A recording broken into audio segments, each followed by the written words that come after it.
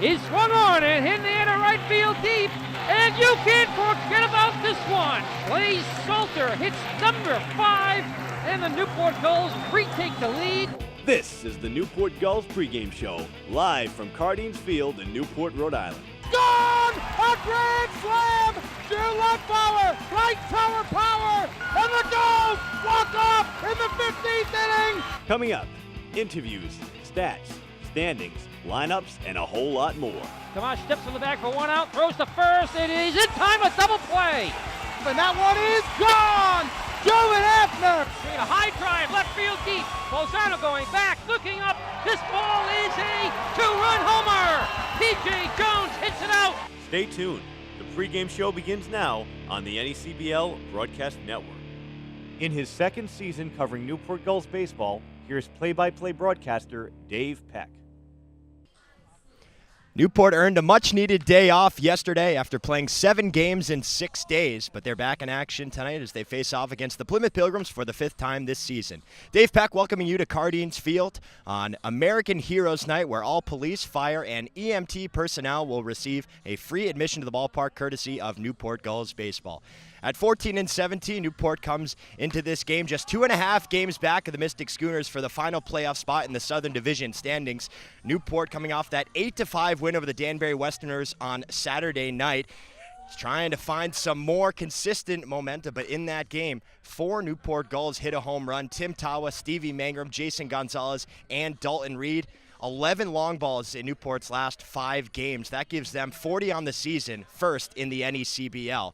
They'll face off against a 19-13 Plymouth Pilgrims team who is currently in first in the Southern Division standings, but is riding a 3-game losing streak, most recently a 5-4 loss last night against the New Bedford Bay Sox. Plymouth has struggled recently, but still holds on to the number 1 ERA in the league at 3.09. They'll have to put together a complete game here tonight to take down the Gulls. Head-to-head this season so far, Plymouth leads it 3-1, but it was Newport who had the 4-3 win the last time these two teams squared off. It'll be the Gulls and the Pilgrims for the 5th time this season right here on the NECBL Broadcast Network. The Newport Gulls pregame show starts right now. Welcome back to the pregame show here on the NECBL Broadcast Network. It's time for a new segment here. Meet Your Gulls Monday. Dave Peck alongside Virginia Tech's Stevie Mangrum and Stanford Tim Tawa. So what we're going to do here, guys, all the questions are going to be with regards to Stevie. I'm going to ask you both the same question. There are going to be about 5 of them. You're going to write down as you would answer. You're going to write down what you think he would answer. Then we're going to show him, and we're going to go from there. So the first question is, if Stevie were to go to Panera, what would his order be? We'll give you 10 seconds, maybe 15. This is the first one. Okay. Pen's moving a little bit. Oh, that's okay. Plus, okay. Wow. Okay, ready?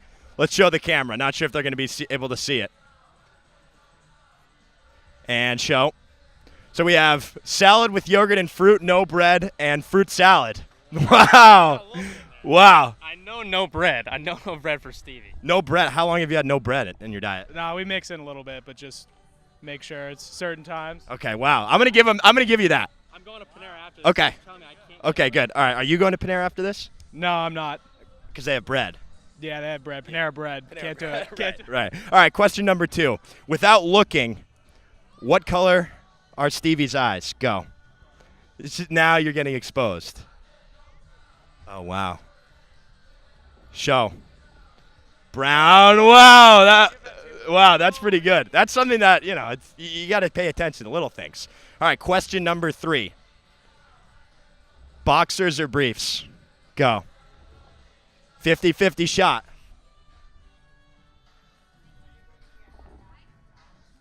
Oh, man. All right, let's turn it around. We got briefs and boxer briefs. That's wrong. I'm going to say that's wrong. What would you say is the definition of a boxer brief? A combination of both, a little loose, but still, some mold around the thighs. Good room in the waist, but, still firm. So I'd call it a mixture. Well, you can't have them ride up, right? See, I just didn't know you could mix both of them. I figured it was boxers or briefs, so I put one of those, logically. I don't know.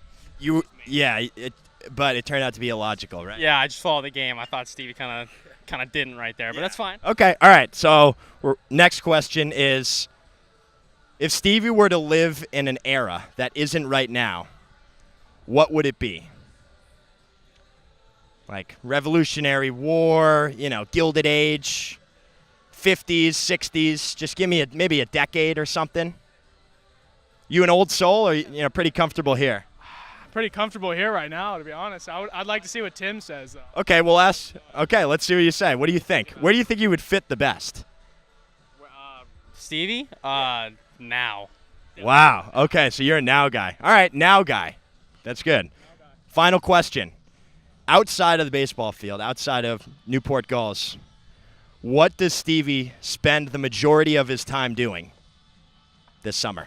Here. This summer. What is it? Everyone wants to know. Yep. Okay. I just want to see what it is. Okay, no, you got to write down your answer. Wow. Okay. Yep. That's pretty good. Okay, we got 3, so you're giving him a chance. All right, show. We have beach/host family/workout. We have host family/gym/beach. That's 3 for 3. I think that's 3 points. And you know what? That's a good job for not knowing each other for what? It's been 2 months, maybe? Yeah, probably less than that. Yeah, that's not bad. All right, go get your Panera. Tim Tawa, Stevie Mangum, first edition of Meet the Gulls right here on the NECBL Broadcast Network. Welcome back to the pregame show here on the NECBL Broadcast Network. It is time for the Broadcasters Roundtable. Dave Peck alongside Newport Gulls field reporter Aram Layton and the voice of the Plymouth Pilgrims, Quinn Kelly. Aram, we will start with you. 11 home runs in Newport's last 5 games, 9 in the last 3. Is that a sustainable number? Is that something they need to keep up in order to get a playoff spot? Well, the thing is, home runs are really difficult to sustain, and the other issue is that they're not producing runs any other way. So you're seeing them lose these ball games 8-5 where they hit 4 home runs. You're not producing any other runs any other way. You can't bank on hitting 4 home runs every game. I mean, ultimately that comes up to a little bit of chance and a little bit of luck and how you strike the ball. But what you can control is manufacturing runs, getting on base, moving guys over, situational hitting, and they haven't been doing that. And I think that's a lot of the reason why we've seen the Gulls struggle the last couple weeks. From a pitching standpoint, Newport has done relatively well recently, but still struggling to get guys out early on. It's just getting ahead of hitters. Leadoff walks are a killer. I could pull out the stats probably if I was prepared for that, but they're really ugly when it comes to guys getting on early in an inning and falling behind hitters early in the count. That's something that we've seen them struggle a little bit with. 1-0, 2-0, 3-1 counts that are really giving these opposing hitters an advantage and putting the Newport pitchers in a difficult spot. Another storyline we've been following with the Gulls is just the dwindling of this roster now. Only 10, 11 position guys. But the team's getting smaller. Is that something maybe they can use to their advantage? A smaller roster, maybe a closer group of guys making a run? Well, absolutely. It's less guys that Coach Coombs has to worry about getting in at bat. More consistency with the lineup where we've seen guys move around a lot. Now we have more consistency with where they're playing and where they're hitting in the order. I think that's something that'll definitely help. As we saw with the interview you just did with Tim Tawa and Stevie Mangum, this core group of guys are really close. They know each other really well. And now that it's dwindling a little bit, you'd like to have more guys on the roster, but at the end of the day, you have that core group together. It could be something that works well for the end of the season on this home stretch now. All right, Quinn, we'll toss it over to you. Plymouth been in first place basically the entire season in the South, but on a 3-game losing streak now, just a half game up of the Waves. What's been the problem lately? They just haven't found the timely hits that they did through a really hot stretch in the middle of the season. I mean, take, for example, last night we stranded 9 runners in a 1-run loss, and 7 of them were in scoring position. 3 of them were there with nobody out. So the Pilgrims just really aren't finding the timely hits. The pitching has still been solid. It just comes down to wanting to win those ball games and pulling them out. A 3.09 ERA. That is first in the NECBL still for a pitching staff that has been atop the league the entire season. What's been working for them? Is that something that they can continue on for this final stretch? Yeah, it's just a matter of they've got good put-away stuff, and it's a good balance of you see a lot of strikeout pitchers and a lot of guys that are pitch to contact. And so, especially against in-division opponents, it's easy to kind of mix it up. They never get the same thing in 2 matchups against the team. Although they will tonight, Chase Selesky on the hill, second time out against the Gulls, and they got to find a way to stop the skid, and they turn it to him. Now, Quinn, you've been with the Pilgrims for several years now. What would you say is the biggest difference between this season and maybe the previous seasons on the field or off the field, just with the group of guys that are here? I think it starts with a core of guys that have been here now for 2 years. I think that's the biggest help. It was a group of guys that came in right away, and they were comfortable early on. And it's easy when you have kind of, something in the locker room that can get the guys, together and chatting early and get them to gel. And then since then, it's just been, it's been the pitching staff has really been the difference. It's the best pitching staff that I think Plymouth has probably seen in their 6-year history. So, they've kind of spurred the charge to a really good season. All right, it's the Gulls and the Pilgrims in Game 5 for this 2018 NECBL season. For Quinn Kelly and Aram Layton, I'm Dave Peck. Pre-game show continues next right here on the NECBL Broadcast Network. Welcome back to the NECBL pregame show. I'm Dan Byford here alongside John Mazza. John, you've been playing a lot of games lately, not a lot of days off. Got one the other day here at home, and then actually did have to come in a pinch run. How are you staying fresh when you're playing all these games, you're getting hit by foul tips, and obviously you're taking your cuts at the plate? Just got to take it day by day. I stick with my workout schedules each day, so try to stay on a good schedule, and body feels good so far, so no complaints. So you've shown some real ability as a defensive catcher behind the plate, both in terms of gunning guys down. Like I remember specifically Randy Tavares, you got him 3 times in one game. Is that more preparation for you, or are you just blessed with a strong arm, or is it both? It's probably both, I guess. Just kind of blessed with a strong arm and just preparation from all the practice and everything from days in the past, so yeah.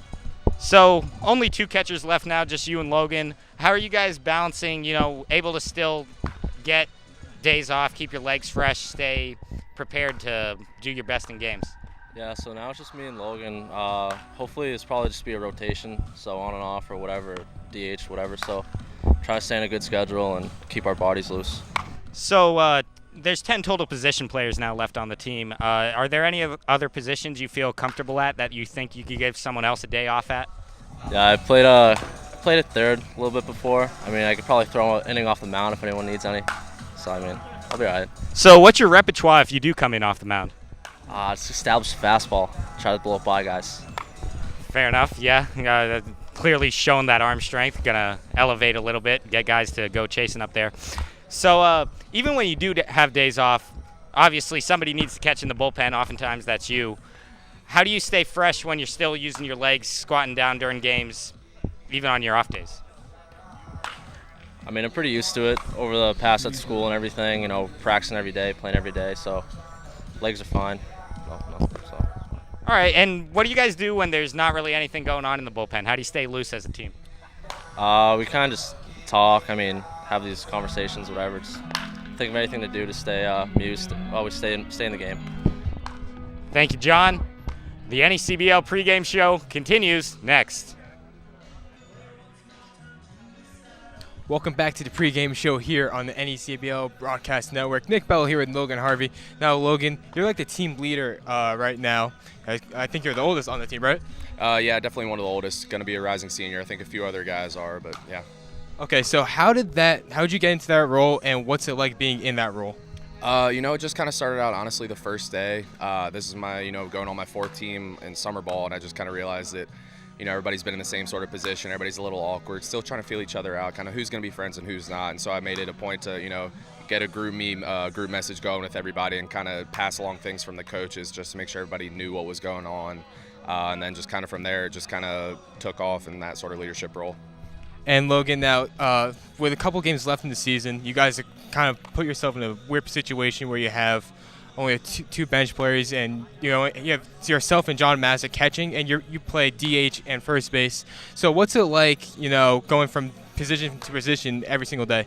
It's kind of fun having that mix-up. During the season, I'm a catcher through and through. I don't really get the opportunity to play other positions, so the time at first is nice because you're able to stay in the lineup, stay in that rhythm. Be able to keep your bat in the lineup so that you're still seeing pitching every day, but you give your legs a little bit of a rest. DH is a little bit different. You got to stay focused because you're on the bench and, for 9 hitters until you come up sort of thing. So it's a little bit different, but, as much as you can kind of stay focused on the game and try to keep everything consistent is the more, successful you'll be. And now, the other night on Friday, you had a little scare with your head. It was late in the game. You didn't seem like you wanted to come out of the game, but you had to come out. So how are you feeling about that, and exactly what happened? Felt fine, it was just kind of a bad luck sort of thing, running down to first, ground ball up the middle, and throw went a little wide from the shortstop and hit me in the side of the head. But the athletic trainers here did a great job. Emily did a great job with the concussion protocol and everything. So went through that, and no harsh feelings now, and feel fine, feel great, and ready to play another day. Awesome. Thank you, Logan. And the pregame show continues next on NECBL Broadcast Network. Welcome back to the pregame show here on the NECBL Broadcast Network. It is time for the Coach's Corner. Dave Peck alongside Newport Gulls pitching coach Kevin Winterode. Coach, big win, 8-5 a couple of nights ago over Danbury. What's got to happen here tonight to just keep it going? Well, we gotta have a good start out of our starter, and we've got to just take care of little things. It's the little things that compound a 1-run inning into a 5-run inning, and unfortunately, we've had a lot of those lately. So it's just kind of a deal where you got to play the game right, or bad things happen. As a coach, how do you balance, keeping the team loose and keeping the team interested in winning and continuing to play its best baseball? Well, according to, the way this game goes, you either play the game or the game plays you. And with our kids and any kids, it's got to be fun or you're going to lose the battle before you ever face another opponent. So we worry more about us and us going out there having fun and executing and doing those things.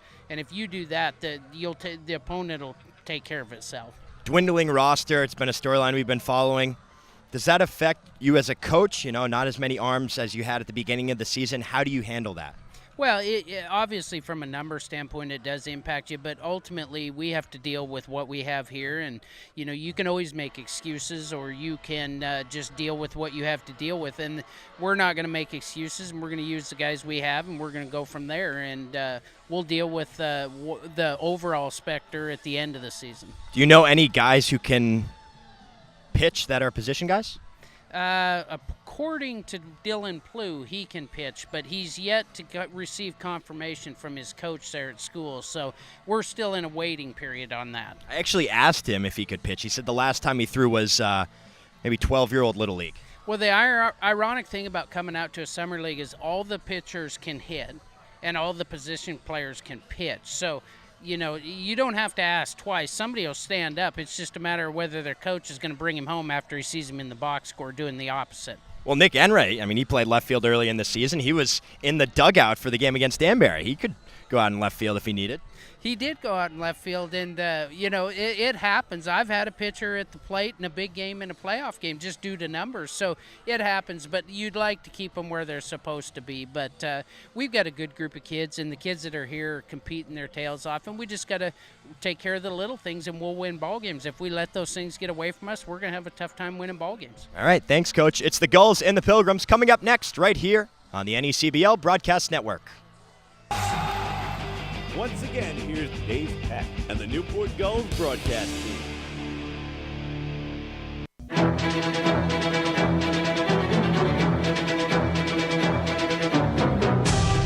Rested and ready to go, Newport is back in action as they take on the first place Plymouth Pilgrims for the 5th time this season. Hello and welcome to Cardines Field for this Southern Division matchup. Dave Peck alongside Newport Gulls scorekeeper Andre Olivier, the voice of the Plymouth Pilgrims, Quinn Kelly, and Newport Gulls field reporter Aram Layton. Newport coming into this game 14-17, currently 5th in the Southern Division standings, 2.5 games back of the final playoff spot in the South. Mystic owns that right now.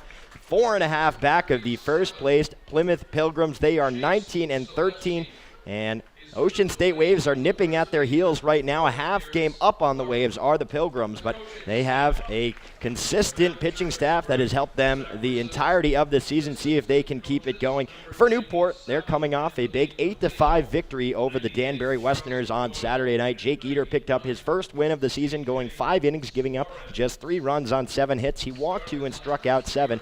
And for the bullpen, it was a strong performance for Austin Michelle, Mike Kirian, and Nate Ryder. They combined 4 innings and gave up just 2 runs. So that's what Newport has needed, a pitching staff that has kept opposing hitters off the scoreboard. Offensively, Tim Tawa had a home run on the very first pitch of the game, and it was all over the fence from there. Stevie Mangrum added his 9th home run of the season. Jason Gonzalez got his first, and Dalton Reed put one over in the top of the 9th inning to really solidify Newport's lead. They will face a Plymouth Pilgrims team right now who is on a 3-game skid. And I welcome in Quinn Kelly here. And, Plymouth has been atop of the Southern Division standings basically the entire season. But as of late, a little starting to change for the Pilgrims? Yeah, they just haven't really had it the last couple games. We talked in the pre-show. The timely hitting hasn't been there the way that it was for the last couple of weeks. And they're not taking care of business. I mean, consistently throughout this season, they're going 500 against opponents that are sub 500 while they're taking care of the good teams in the NECBL. And when it's getting down to crunch time, you've got Ocean State heating up, Mystic kind of hanging around, looming there in third. You can't afford not to get it done against teams like North Adams and New Bedford. You have to win those games, and just not able to do it. Against Newport so far this season, the Pilgrims have a 3-1 record. Game 1 at Cardines Field, 4-0 in favor of Plymouth. Then June 11th, Game 2 at Forges Field, 9-0. The first 2 games, Newport did not score a run. Then there were a couple of rainouts, June 28th and July 6th, and they ended up making those up in a doubleheader, 2 7-inning games. Newport fell 5-3 in the first one, but they did score their first run of the series, which was certainly nice. And then in Game 5, that 4-3 comeback back on July 10th. It was a game, really, Plymouth was in control the entire time. Nick Eaton came in, and he struggled a little bit late in the game. Yeah, it was the second time in as many tries at home that they'd blown the back end of a doubleheader in which they were ahead going into the last couple of innings. And in the last inning, in fact, and really you look at the difference of what that is. Those 2 games should have been Pilgrims wins, but instead now just a half-game lead over first, and how important those games will prove to be down the stretch. It's been a close Southern Division basically the entire year, and Newport just 2.5 games back of a playoff spot, a team that has not won back-to-back games since they beat the Valley Blue Sox on June 25th, and that was actually the last time that Newport won here at Cardines Field. They are 7-9 at home, 7-8 on the road, and this is a team early on that was 7-3 at home. So it's been a long time that the hometown faithful have seen the Gulls win. We'll see if they can pick it up here today as I welcome in Aram Lane, Newport Gulls field reporter. And Aram, starting to get down to it. We said after last week, where they had 7 games in 6 nights, that we would have a pretty good sense of where this team was at. What are your takeaways from that week where really a Gulls team went 2-5 in some tough games? 2-5, and the offense definitely was hot and cold. We saw last game able to put up 8 runs, but thanks to 4 home runs, it's not something that we talked about in the pregame show a little bit, that you can't really bank on when you want to win games. You can't bank on home runs. You got to work on producing runs like we talked about.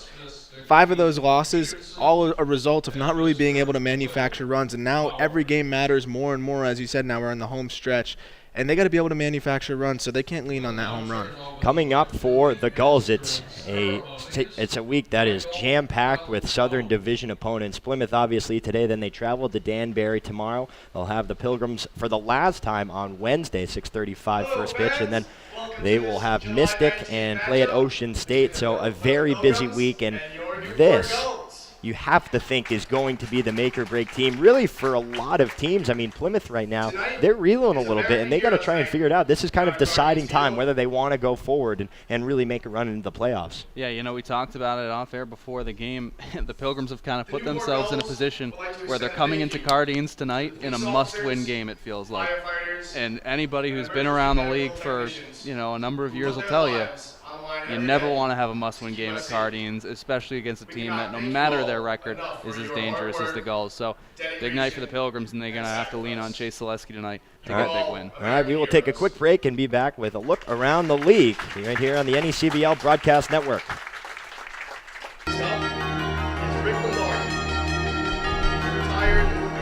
Game number 5 between the Pilgrims and the Gulls here on a beautiful Monday evening in Newport, Rhode Island, and we will send things over to Newport Gulls field reporter Aram Layton for a look around the NECBL. Aram?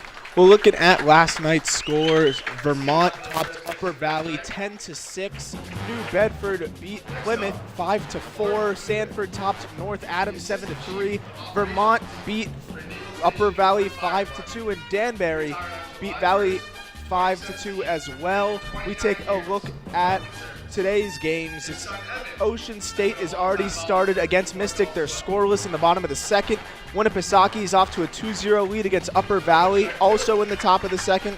And the rest of the 3 games that have yet to start, Keene versus Sanford, Plymouth, of course, here in Newport, and then North Adams travels to Vermont.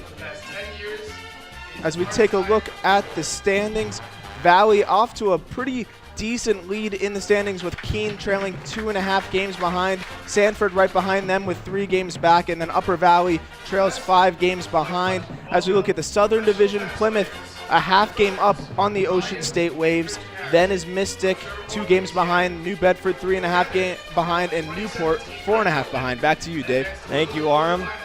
Certainly very close in every game, very important here as Newport will try this week to try and even up the series against the Pilgrims. It is American Heroes Night at the ballpark. Free entry to all police, fire, and EMT personnel in Newport and any surrounding area. So we thank everyone who has really dedicated their lives to keeping each and every one of us safe. We take a look at that game for the last time these two teams matched up. Nick Enright actually picked up the win, 6 innings, 6 hits, 3 runs, 2 walks, and 7 strikeouts. And Nate Ryder picked up the save. That was big for Newport. We'll take a quick break as we send it down to Mike Falcone, the Director of Baseball Operations, for the National Anthem and more. Police Department, Middletown Fire Department, Middletown Police Department, Newport Police Department, Pawtucket Police Department, North Kingston Fire Department, Fall Rivers Police Department, and Central Falls Police Department.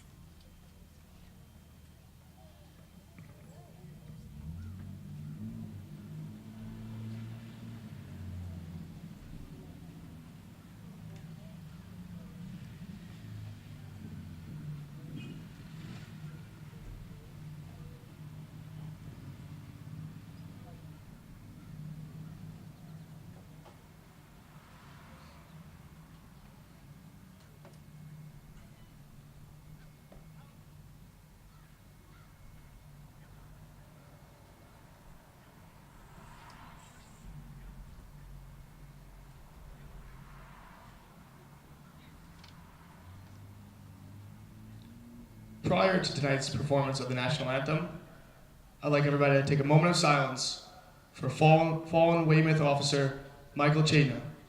Officer Chena was shot and killed yesterday in the line of duty.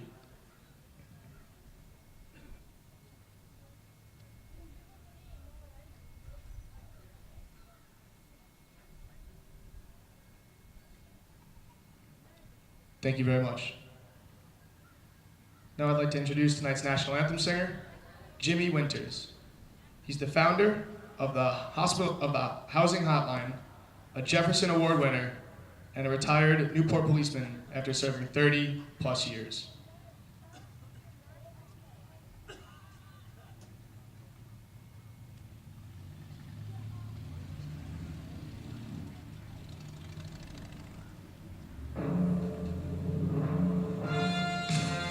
Oh, say, can you see by the dawn's early light what so proudly we hailed at the twilight's last gleaming, whose broad stripes and bright stars through a perilous fight?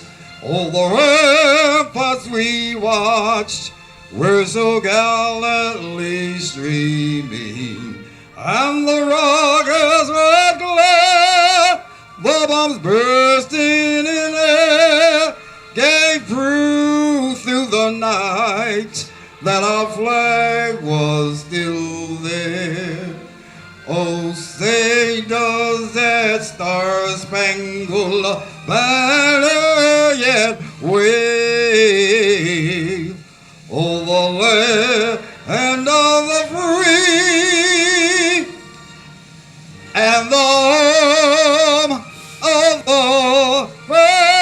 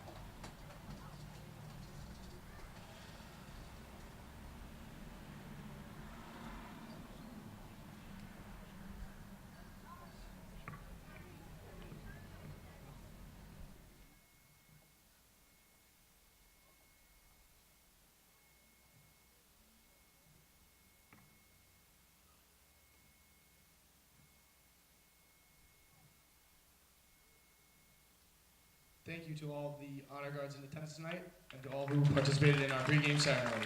Let's get ready to play some baseball.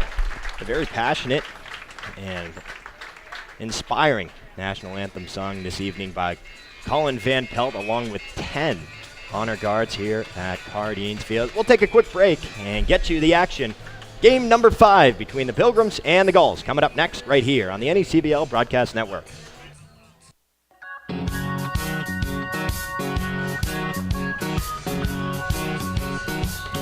Beautiful day here in Newport, Rhode Island. Dave Peck alongside Quinn Kelly.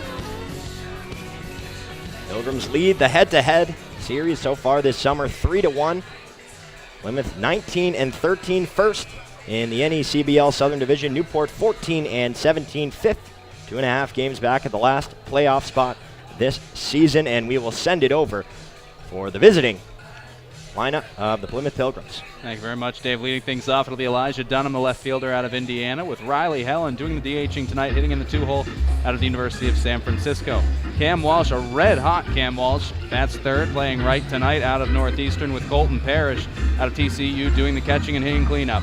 Ryan Solomon, the third baseman out of Northeastern, hits fifth, with Hernan Sardinas at first tonight out of Maine.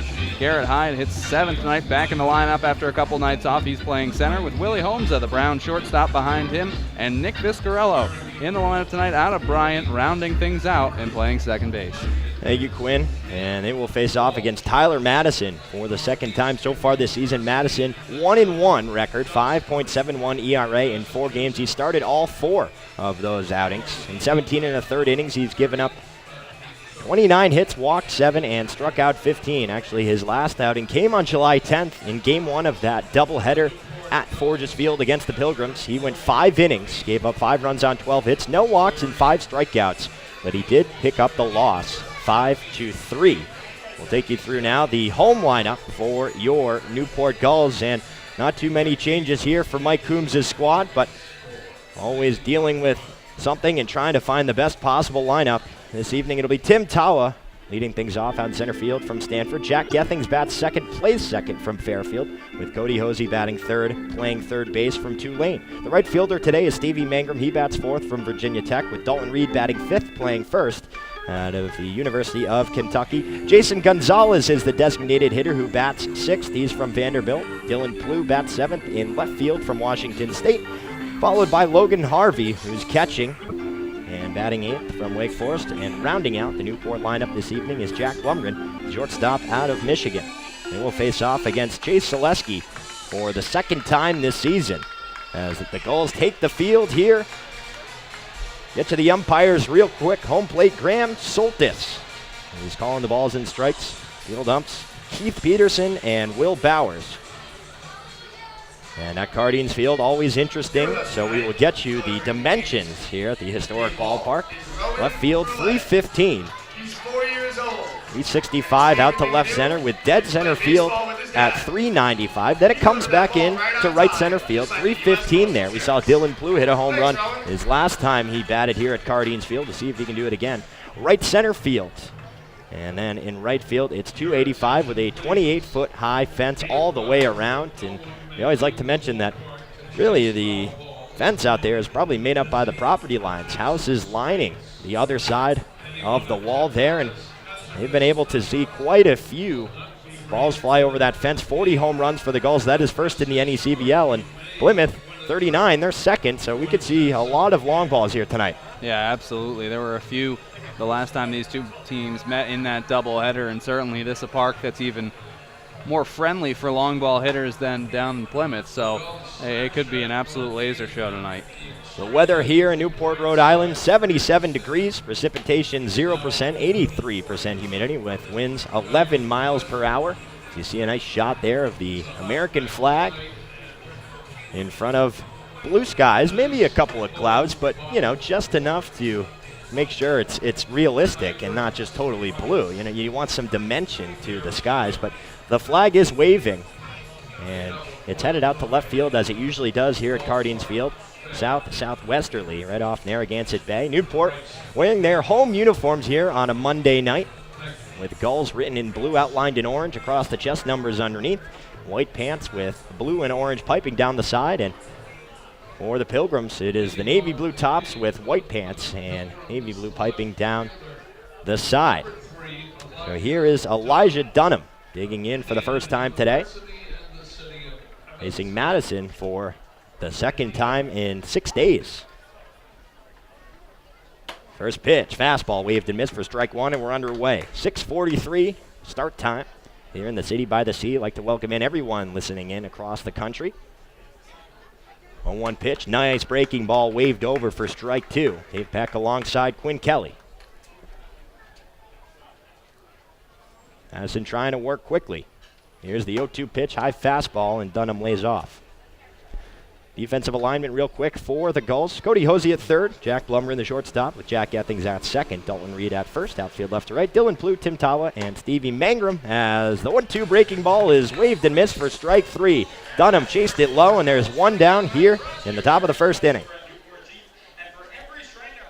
Well, Dunham has loved this matchup, but that was just a really solid job of mixing in pitches early there for Madison. Went right after him and took advantage of Dunham's aggression as a leadoff hitter and gets a quick first out. Madison had 5 strikeouts in Game 3 between the Pilgrims and the Gulls.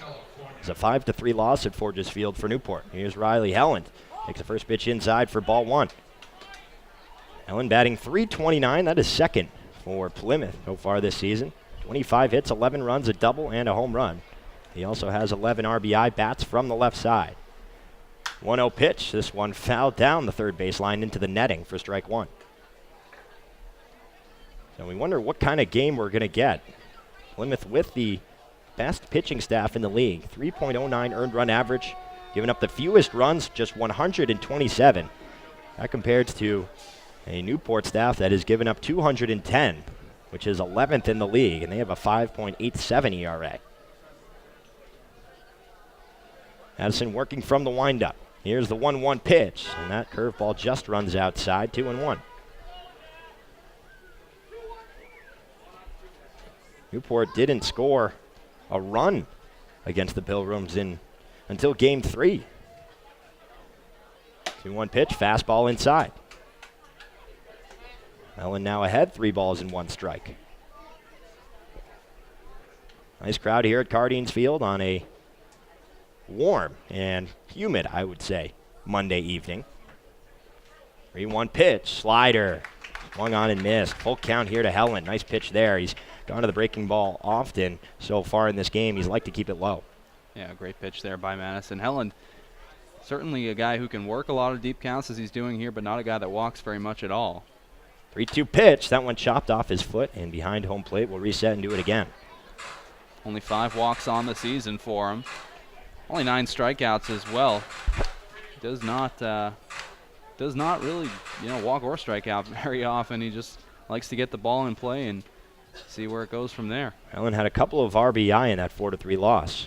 3-2 hit up the middle and into center field. That'll get down for a base hit as Tawa fields it on the ground, but 1 down, and Plymouth has their first base run of the ball game.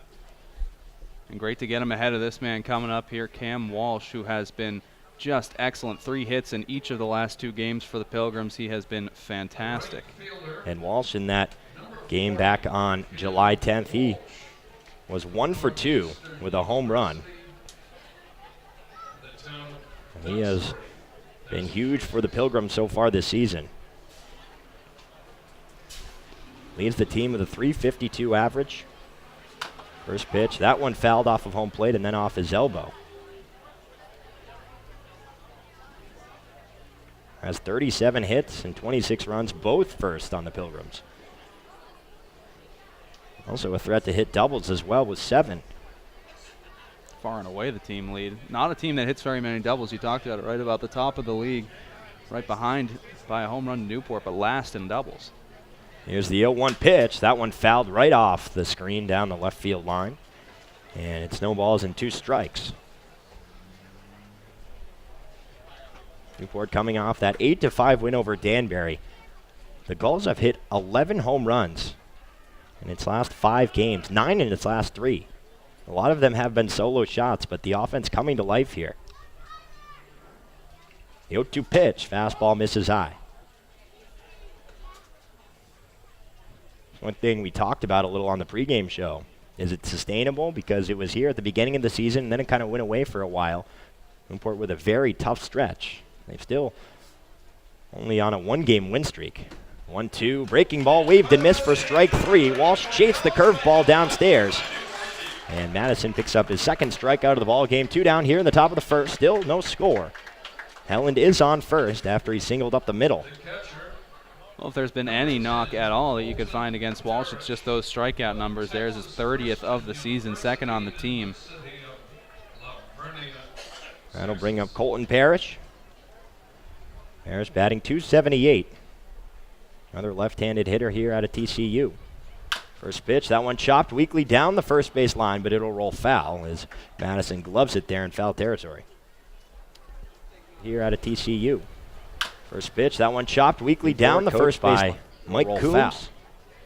Greg Zacharson, the manager of the Pilgrims, and there were some interesting events, I will say, for Mike Coombs before the game. Dressed up as Kenny Powers from Eastbound and Down. I have never seen it. I haven't either. And that's the second time that he's done it. He did it back in 2014 when Newport was struggling. 0-1 pitch. That changeup misses inside. That's 1-1. It's a Danny McBride character, correct? Yeah, I believe so. So he had the mullet. He had the goatee all the way around, and he was throwing out some adult beverages as well. Just props. None of them were consumed. And Madison steps off here. But the last time he did it, back in 2014, Newport went on to win the Fay Vincent Cup. How about that? So, still 2.5 games back in the last playoff spot. 1-1 pitch, looping curveball. And that one catches the outside corner for strike 2. Parrish didn't necessarily think so. He takes a little stroll, but now digs back into the left-handed batter's box. Still 2 down in the inning. Helland still on first. Here's the 1-2 pitch, and it's a slider that misses inside.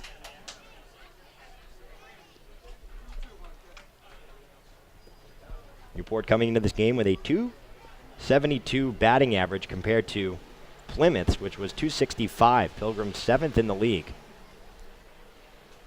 Here's the 2-2 pitch, and that curveball is in there for strike 3. Parrish looks at it, and he sits down to end the inning. 3 strikeouts in the inning for Tyler Madison. As he keeps the Pilgrims off the board, we'll head to the home half of the first. Still 0-0 right here on the NECBL Broadcast Network. As we welcome you back to the ballpark here, historic Cardines Field opened its gates in 1908. Hosted a lot of NECBL games and a lot of baseball and softball games throughout the community here on Aquidneck Island. It'll be Tawa, Gethings, and Hosey leading off for the Gulls, and they will face off against Chase Selesky. Selesky this season comes in with a 3.45 ERA. He has appeared in 7 games, making 1 start. It was his last appearance, a 102-pitch effort against these Newport Gulls. He went 5 2/3 in that game and gave up just 2 runs, both of them Stevie Mangrum solo shots, and what would eventually be a win for the Pilgrims. He gets the no decision in that one. He does not have a record on the season. He's thrown 15 2/3 innings, giving up just 6 earned runs. On 20 hits, 8 walks, and struck out 21 batters. Opponents are hitting .308 against him. And he will face off against a difficult Tim Tawa, who's batting .556 in his last 5 games, .421 in the last 10. But he's 10 for 18 in the last 5 with 3 runs, 2 home runs, and 6 RBI. He's got 4 long balls on the season, and he was named to the Week 6 NECBL Honor Roll. He's currently riding an 11-game win streak, and he had 4 multi-hit games during this stretch. Ranked 2nd in the league with 12 total hits, batted .444. Also scored 4 runs, drove in 8, and had a league-leading 4 doubles, along with 3 home runs. So he is as hot as ever. In an outfield that is depleted, it's pretty much been Plu, Tawa, and Mangrum playing out there in every single game. And Newport with the off day yesterday. Before that, it was 7 games and 6 nights. They try and get win number 2 here. First pitch to Tawa from Selesky is chopped foul down the third base line. Defense for the Pilgrims tonight, left to right across the outfield, Elijah Dunham, Garrett Hyatt, and Cam Walsh. Third to first in the infield, Ryan Solomon, Willie Holmes, and Nick Viscarello, and Hernan Sardinas, with Colton Parrish doing the catching tonight for Selesky. And Selesky, we mentioned he pitched in that game last Tuesday. as the 0-1 is lined foul down the right field line, hit hard but out of play. And the first time around, I mean, he was very effective. He was striking out batter after batter. 5 of his first 6, I believe. Very sharp as the 0-1 breaking ball is laid off for ball 1. And then second time around the lineup, especially the top of the lineup, Tawa had that 2-run home run. And then Mangrum, of course, had an evening as well. So 1-2 runs inside, and that hits him. Looked like it was the left forearm, maybe the wrist, but he quickly takes off his armor and trots down the first baseline. Well, not what you want to do if you're Selesky. Get behind the 8 ball early and put Tawa on. Lineup doesn't really get all that much easier from there. Obviously, Tawa very hot, but you don't want to get down to the Gulls early in a game that, as we talked about, the Pilgrims really have to have. Definitely not. Here is Jack Gethings, adding 250 in the last 5 as they check on Tawa. This is the 3rd time that Tawa has gotten hit, and in consecutive games as well. He was hit by a pitch at Danbury on Saturday night, and it was the upper part of his back, almost near the neck, and I believe they did a spot concussion check. Newport can't really afford any injuries, especially in the outfield, but he was okay. He stayed on first, as he does here. Definitely a depleted roster. We mentioned the 33 original players for the Gulls that were named to Newport back in the spring, maybe late winter. There are only 12 who remain. Wow. Now they've picked up some players that have made a significant impact. Jack Ething squares the bunt, misses it, and it's in there for strike 1. Talking to pitching coach Kevin Winterode before the game, he said, we're not really trying to make any excuses. We have to work with what we got. In the NECBL and pretty much all of summer collegiate baseball, that's something that every team has to work through. 0-1, Tawa is off. The throw from Parrish down to second is not going to be in time. In and out of the glove of Holmza. And Tawa continues to be a threat on the base path. That's his 6th stolen base of the season. Now he leads the Gulls. Yeah, that's it hurts. You put that speed on first, and he takes advantage right away. Not a great throw from Parrish. If he gets it down, he's got a chance to get Tawa, who didn't have the best jump, but just kind of released it too high. Here's the 1-1 offering. That one chopped right back on the ground to Selesky, who checks back Tawa, then throws it to first for out number 1. And that's big for Selesky to make sure that Tawa isn't over at third with just 1 away. Newport doesn't run very much, nor do the Pilgrims. Now 18 stolen bases for the Gulls. That is last. For the Pilgrims, they have, 25, which is 11th. So recently moving out of second to last. Recently moving, yeah. I mean, the Gulls, too, they've been trying to get the second to last here. As Cody Hosey takes the first pitch, breaking ball in there for strike 1. It was a rough stretch offensively for the team. Started with a team average well above 300. Just 210 in the last 5 games. 1-1 pitch, another off speed, and that one catches the low and outside corner. Hosey exchanges a couple of words with Graham Soltis there behind home plate. Well, it's certainly been open for Soltis. That's the same spot to Parrish that we saw. It was inside to a lefty, but looks like it was just off the right edge of the plate. Selesky from the stretch. Here's the 0-2, breaking ball in the dirt outside. And Hosey can't lay off. He's down on strikes, and there are 2 down here in the bottom of the first. Well, you'll see that plenty. Guys who just kind of get it in their head after seeing a called strike that they don't like, then they expand their own zone. And Selesky does a really good job to take advantage of that, just buries the breaking ball, and Hosey goes right over it. Yeah, exactly. I mean, the first couple put it in the head that he has to swing at that one on the lone outside corner, and then what does he do? He puts it where you can't hit it at all. Great sequence there from Selesky. He'll face Stevie Mangrum here. That one is lined into right field, and they'll get down for a single. Walsh fields it cleanly. The throw to home is going to be there, but Tawa is stopped at third. So no play at the plate. Runners on the corners now with 2 down. And that's a smart hold there at third, just because the arm, as you saw there from Walsh, is fantastic, and that ball was absolutely stung by Mangrum, who continues to mash against Selesky. And that one wouldn't have been close. Tawa would have been gone by quite some space. Yeah, it was hit so hard, and Walsh fielded so cleanly that it was a good idea to not be too aggressive there. Rounding third. That brings up Dalton Reed. First pitch to Reed is a fastball that just misses outside. Reed so far this season with runners in scoring position and 2 outs. He's batting .200. That one is hit up the middle. Second baseman Vizcarello dives, and he can't handle it. Scoring from third is Tim Tawa, and Newport takes a 1-0 lead. Would have been a tough play up the middle, but he kind of fumbled it a little bit. Yeah, I mean, he was there. Certainly a tough play, but, you're right there. You have to make that play and pick up your pitcher. That will go down as an error for Nick Vizcarello because he easily could have just flipped it to second there to get the force. And they're actually saying it was a single, though, so an RBI single for Dalton Reed. Now runners on first and second here for the Gulls. Still 2 down. Jason Gonzalez swings the first pitch and fouls it straight back for strike 1. It was an in-between ground ball. It wasn't hit very hard, but it was bouncing rather high, and he had to go all the way behind second base. Really the only play, I guess, would have been to flip it to Holmes at second and get the force. Yeah, I mean, and he looks like he's there for the play, but you said that last hop, it just kind of exploded on him, got over his glove, and he hasn't had too much playing time is the reality of it. And your first play and you're called on the first inning after a couple days off, you don't have the best read on an unfamiliar surface. Husky will have to work past it. Gonzalez has a 1-1 count, long pause. Here's the pitch. Breaking ball misses well outside and low for ball 2. Nice stop from Parrish. 1-0 Newport on top, bottom of the first inning. Tim Tawa was hit by a pitch to lead off, then he stole second. Got things grounded out to Selesky. Then the single by Mangrum into right field and the single up the middle by Reed. Here's the 2-1 pitch. That one's lined down the right field line, out of play. Not a lot of space here at Cardines Field. Very tight, and that is because, well, we're surrounded by roads here. America's Cup Avenue to the west and West Marlborough Street to the south.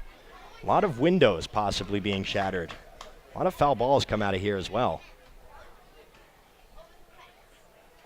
Selesky with the 2-2. That one a high chopper. Second baseman Vizcarello gloves it, flips it to Holmes at second to get the force and retire the side. But Newport strikes first. They get 1 run off 2 hits, leave 2 runners on. We'll head to the second inning. Don't go anywhere. You're tuned in to Newport Gulls baseball right here on the NECBL Broadcast Network.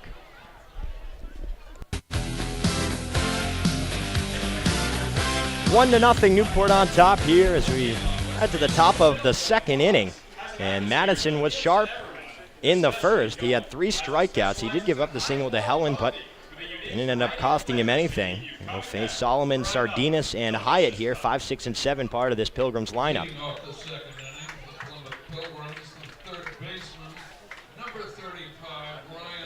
Madison went 5 innings. His last game against the Pilgrims only had 5 strikeouts. He's almost there already. Yeah. Pilgrims just did not have really very many good at-bats in that first inning. Donovan Walsh looked completely fooled by the breaking balls, and Parrish just looked at strike 3. 251 team strikeouts for Plymouth. They were 6th in the NECBL, so not a team that strikes out a whole lot. First pitch waved and missed for strike 1 there to Solomon. And Newport, on the other hand, offensively, they do. 297. Second to last in the NECBL. 0-1 pitch, fastball misses outside. It's really been remarkable, though, Dave. I mean, maybe 10 days ago, the Pilgrims had the fewest strikeouts in the league, and the last stretch for them has just been kind of feast or famine at the plate at times. 1-1, that off-speed doesn't break in, so it misses high. 2 balls and 1 strike. I mean, Newport pitching, they have a pretty good sense of striking out hitters. They're 3rd in the league. It's just the leadoff mans they've struggled with. 2-1 misses outside. They've gotten themselves in a lot of very difficult situations. It has a lot to do with the fact that their ERA is hovering right around 6. Here's the 3-1. That one's lifted right side, shallow right field. Ingram coming in on it. He'll camp under it and make the catch for 1 out here in the second.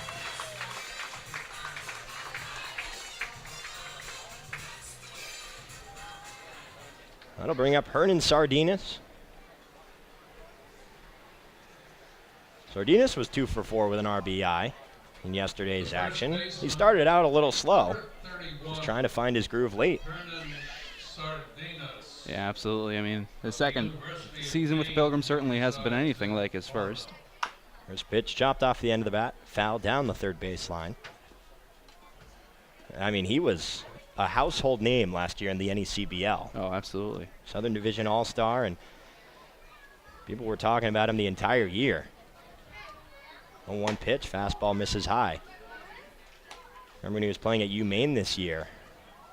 Saw his name on the roster, and it stood out right away, but it hasn't really been the same for him so far in 2018.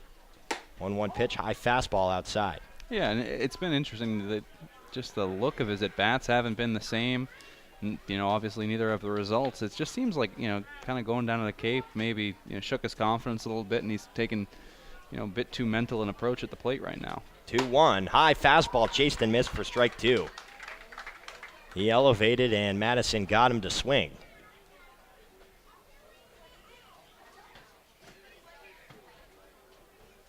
Here's the pitch, and it's a curveball that misses inside. So he's worked a full count here.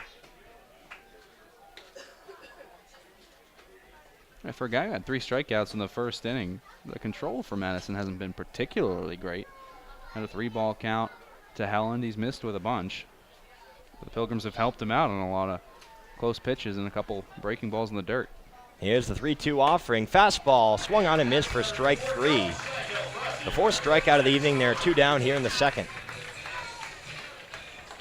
Medina continues to struggle. Madison continuing to show off his stuff. The center fielder, number 7, Garrett Hyatt. That'll bring up Garrett Hyatt. Rising junior out of Eckerd College, bats from the left side. First pitch misses low for ball 1.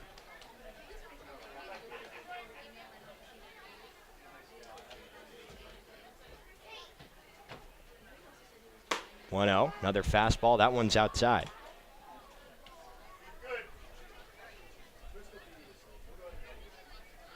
One to nothing. Newport on top here, top of the second inning.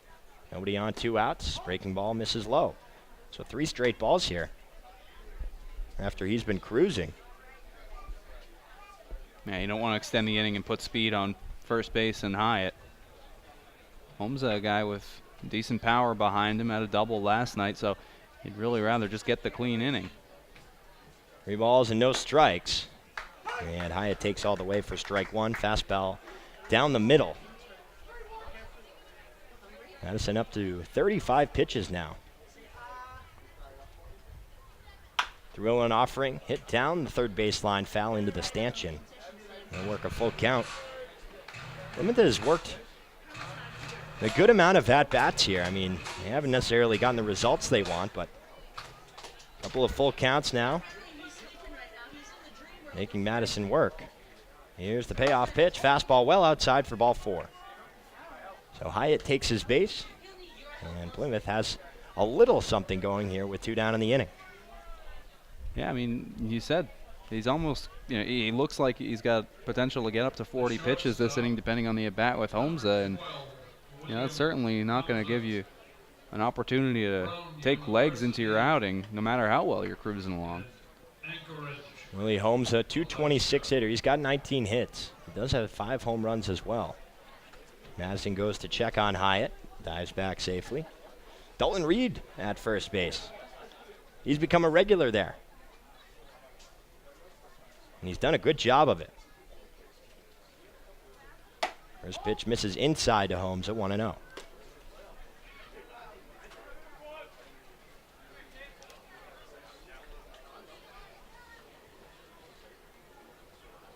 As a pitching staff at home this year for the Gulls.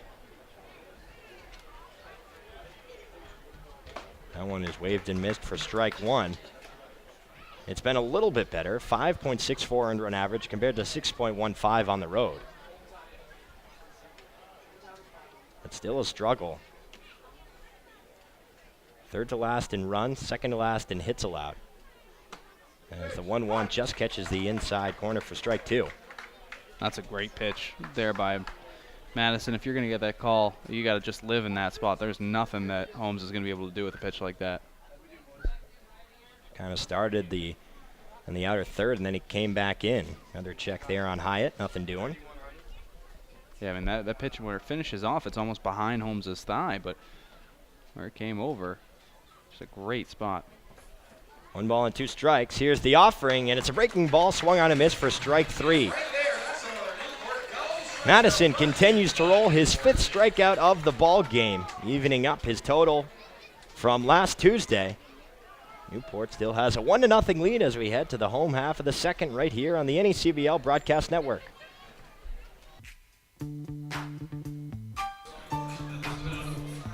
Newport with a 1-0 lead here. Fans enjoying themselves at the ballpark. Blue skies with a few clouds. Dylan Blue digs in to face Oleski, and he chops this one high chopper towards the first baseman Sardinas. Gloves it, tags the bag himself. 1 gone.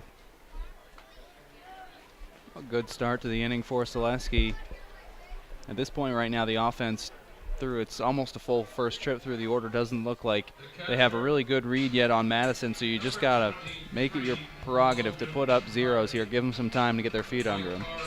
I'll bring up Logan Harvey, 214 hitter. He has 16 RBI, along with 8 doubles. First pitch, that one lined deep down the right field line. Walsh going back, and it is going to be into the corner, and that's a home run.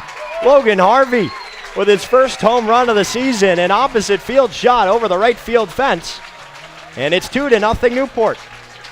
So he wears the 23, and all of a sudden, Logan Harvey, what a swing there. Yeah, just put a charge into that. I mean, that was out in a hurry. Walsh trailed it for a bit, but just looked up and watched it sail out to right. You can't really see there behind the warehouse. Blumgren takes the first pitch low for ball 1. All you can really do is read the umpires. But a nice swing of the bat. He should probably keep that number. 1-0. Changeup misses low. 2 balls and no strikes.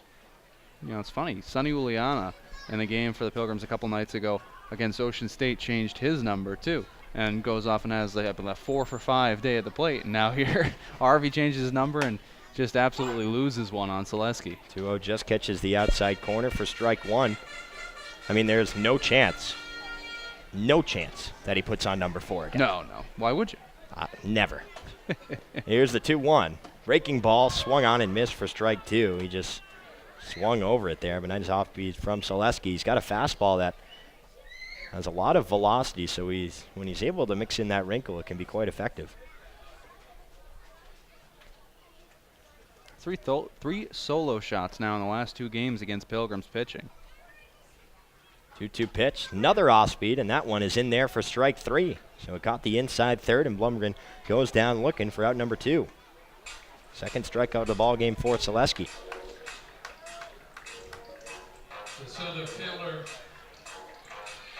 It's got to feel good to get. We had Dylan Plew hit his first home run of the season. Now Logan Harvey getting his first long fly of the season. The difference between nothing and 1 is just so much. So much. First pitch to Tawa catches low and outside corner for strike 1. He didn't necessarily think so. He's having a couple of words now with Soltis behind home plate.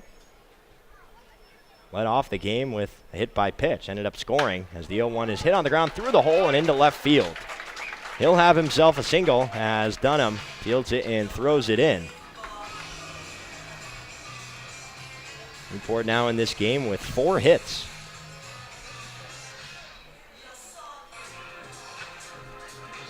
Trying to get something going with 2 outs. Jack Gething digs in. He grounded out to Selesky his first time up. Gething's batting .292, 4 doubles, a triple, and a couple of home runs. Quick check on Tawa, nothing doing. Well, I asked Plew after he hit a home run. I said, do you consider yourself a home run hitter? And he said, well, I have to, right? His pitch to Gethings, that one misses outside. Harvey does as well. Yeah, you have to. I mean, at least when he's wearing 23. Yeah. Logan Harvey, who wears 23, has only hit homers. Right, exactly. He doesn't have an at-bat where he hasn't, so he's a home run hitter. That's a great point. Maybe maybe he just doesn't wear it anymore. And right, maybe he changes it mid-game, just like switches with something. All he has to do is let us know, and Yeah. we'll change it in the scorebook. 1-0 pitch. Tawa is off, and there's no throw from Parrish. Then he does throw it, and it's not going to be in time. So Tawa has his second stolen base of the ball game, his 7th on the season. I'm not sure exactly what happened there from Parrish, as he pumped, and I don't know if he lost the ball. Yeah, it looks like he lost the ball because somebody was there at the bag.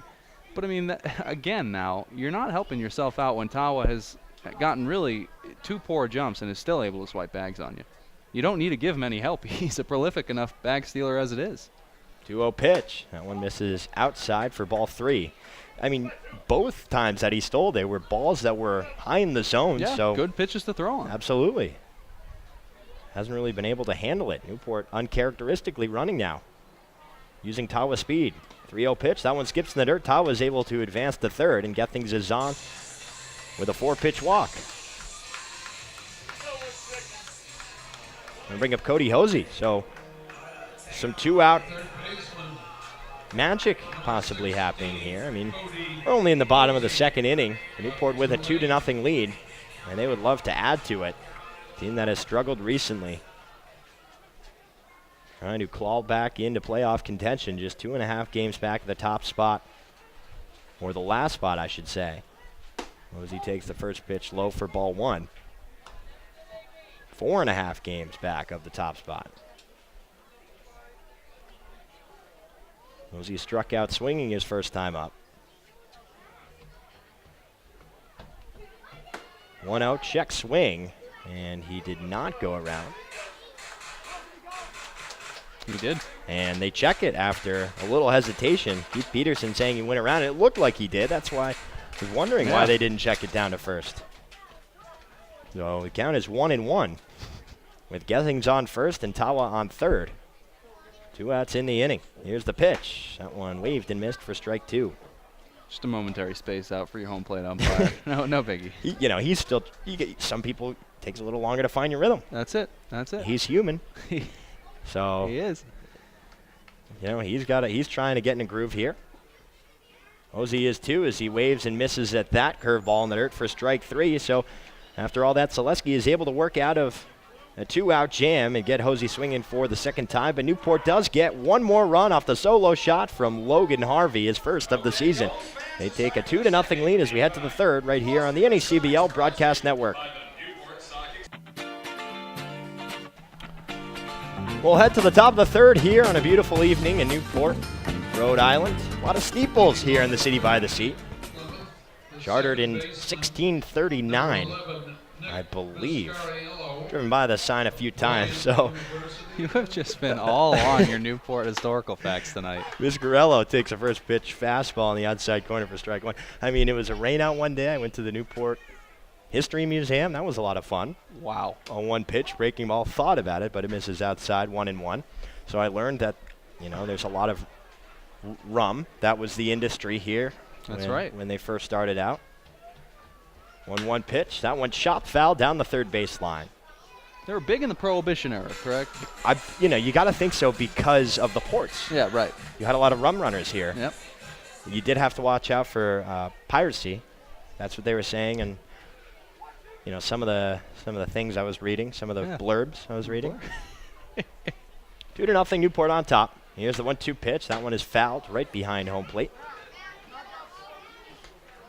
Vizcarello coming into this game. So far on the season.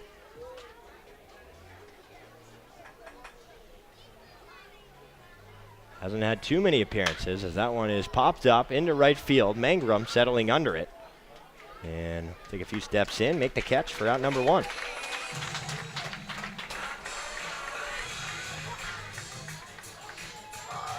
Vizcarello was just batting 140 coming into that at-bat.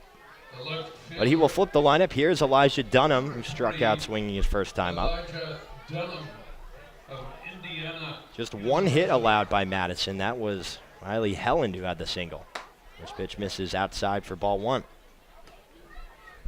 Dave Peck alongside Quinn Kelly, the voice of the Plymouth Pilgrims, serving his 3rd term. That's right. With the Pilgrims. Here's the 1-0 pitch. That one is waved and missed. Nice off speed there. Gets Dunham to chase the low pitch and even things up at 1-1. Madison working from the windup. 1-1 deals. Fastball just runs inside. 2-1. Now, rum is actually the byproduct of molasses, I believe. Jesus. Here's the 2-1 pitch. That one fouled straight back, even things up at 2. All right. So what's the tie-in? Well, it's just there's got to be something that you can do with that. Those were 2 big industries here in Newport. You got to think that at least one of them is still alive. 2-2 off speed, chased in the dirt for strike 3. Dunham goes down swinging for his 2nd time this evening, and that is the 6th strikeout of the ball game for Madison. 2 down here in the 3rd. Well, here's your tie-in. It looks like somebody put some rum in the Pilgrims cooler today, because the swings and misses on these breaking balls have been, quite frankly, disgusting. Yeah, it's been a little tough to watch. They've been unbalanced. Yes. I mean, you've got one of your best hitters up at the plate right there in Dunham, and he's standing facing Madison by the end of that swing. And Madison just keeps going to it. Why not? And off why speed not? in the dirt. Why not? Helen, the only Pilgrim with a hit in this ball game, takes a first pitch curveball on the outside corner for strike 1. But 2 down, nobody on. Madison looking sharp so far. It's the 2nd time that he's faced Plymouth so far this season. 1 pitch, there's the curveball again, in there for strike 2. So they're not really attempting to swing at the curveballs that are in there. No, it's only the ones outside. They're just chasing the ones that are outside. Yeah. Yep. It's a bold strategy, Colin. Here's the 0-2, and that one is a low curveball. Swung on and missed for strike 3. 7th strikeout of the evening for Tyler Madison. First 1-2-3 inning. He is cruising in the city by the sea, 2-0 as we head to the bottom of the 3rd inning right here on the NECBL Broadcast Network. We go to the bottom of the 3rd inning. Newport with a 2-0 lead, and we'll send things over to Newport Gulls field reporter Aram Layton for a look around the NECBL. Aram? As we look at Mystic, they are leading 2-0 over Ocean State, which is good news for Plymouth. 1-1 Keene and Sanford in the top of the 4th at Sanford. As we look at Winnipesaukee, they are still holding on to a 5-1 lead in the top of the 5th over Upper Valley. And North Adams trails 2-0 against Vermont in the top of the 4th. Thank you, Dave. Thanks, Arm. That Mystic Ocean State matchup certainly has a lot to do with what's going on here as well. Ocean State in 2nd in the South, just a half game back of the Pilgrims, and Mystic in the 3 spot. Here's Stevie Mangrum, first pitch inside and high, right near his head, but he's able to get out of the way for ball 1. That's not one you want to stay in the box for. No, certainly not. Mangrum had the single into right field his last time up. 1-0 offering. That one hooked down the 3rd baseline and under Solomon's glove as it gets into left field. Mangrum rounding first, but he'll slam on the brakes. And that'll be a leadoff single for Stevie Mangrum, 2nd of the ball game. He just didn't get in front of it. No, I mean, he is a guy who, great defensive 3rd baseman, does like to play things to his side. We talked about Yeah, this. you said that. I remember you mentioned that last time. But a little bit more difficult to do on the backhand on a ball just screaming down the line. And, well, let that leadoff man get aboard, and Mangrum just really doesn't seem to do anything but hit hard balls off of Selesky. First pitch to Reed is bounced, and it's all the way to the backstop. Mangrum easily advances to 2nd. Count is 1-0 here to Dalton Reed. Some miscues here for Plymouth, I would say. It's almost as if they're unintentional. Almost looks unintentional. Yeah. Almost. But boy, Mangrum just keeps bullying Selesky. Reed foul tips that one back to the backstop. Now 1-1. Couple of home runs in that game, both solo shots.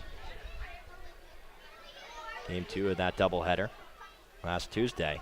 1-1 pitch misses high, 2-1. He does have a lot of strikeouts, does Mangrum, but his average is very high, so it doesn't really matter. No, it's not like he's a home run or nothing hitter. No. 2-1. That one is cranked deep to right center field. and it is way out of here. Dalton Reed with a home run, his 7th of the season. Newport takes a 4-0 lead here in the bottom of the 3rd inning. Boy, has Dalton Reed really come on strong here. A home run against Keene, a long fly against Danbury 2 nights ago, and boy, that one may have been the furthest he hit. And he packs quite a wallop, Quinn. Yeah, I mean, that one was absolutely smoked. That was just, I mean, Hyatt, when your center fielder can take one turn and just look and watch it go, I mean, it was absolutely pummeled. 315 there to right center field, but that was probably 450. Jason Gonzalez takes the first pitch breaking ball high for ball 1. Newport scoring 1 run in the first, 1 in the second, and now 2 in the third. Still nobody out. You wonder how long Selesky will be in the ball game for. 1-0, waved and missed. We talked about a dwindling roster for the Gulls. Mm-hmm. But sometimes that can help because, absolutely. one, you're in the game pretty much every day. 1-1 is in there as it catches the outer third for strike 2. But also, you get closer because these are the guys left. These are the guys remaining on the island. Right. So they build an even stronger bond. And before the game, I mean, they were just joking around. So 1-2 curveballs chased and missed for strike 3. Gonzalez couldn't lay off as it listed outside. The 4th strikeout of the ball game for Selesky, first out of the inning. But, I mean, this is when teams can start to get dangerous. Newport hasn't won back-to-back games since June 25th. That's the last time they won here at Cardines Field. If they can put together another good 6 innings of baseball, they're 1.5, arguably, games out of a playoff spot. Dylan Plew checks his swing, but it's in there for strike 1 anyways on the lower part of the zone. That's something they could build on. I mentioned the Kenny Powers. If you're superstitious at all. 0-1 lifted, shallow left field. Dunham coming in on it. Shortstop Homza going back, and it'll be Homza to make the play for out number 2. Well, I think that's where the Pilgrims have found a lot of their success this year is that they've never at any point had a bench deeper than 3 extra guys, so they are always rolling with, the similar guys. You have 1 extra outfielder, 1 extra infielder, but for the most part it's been, a pretty steady rotation. Viscarello hasn't gotten as many at-bats as the other guys. So, they've seen a lot of at-bats, and it gives you a chance to get in a groove. First pitch to Harvey is a curveball that misses low and outside for ball 1.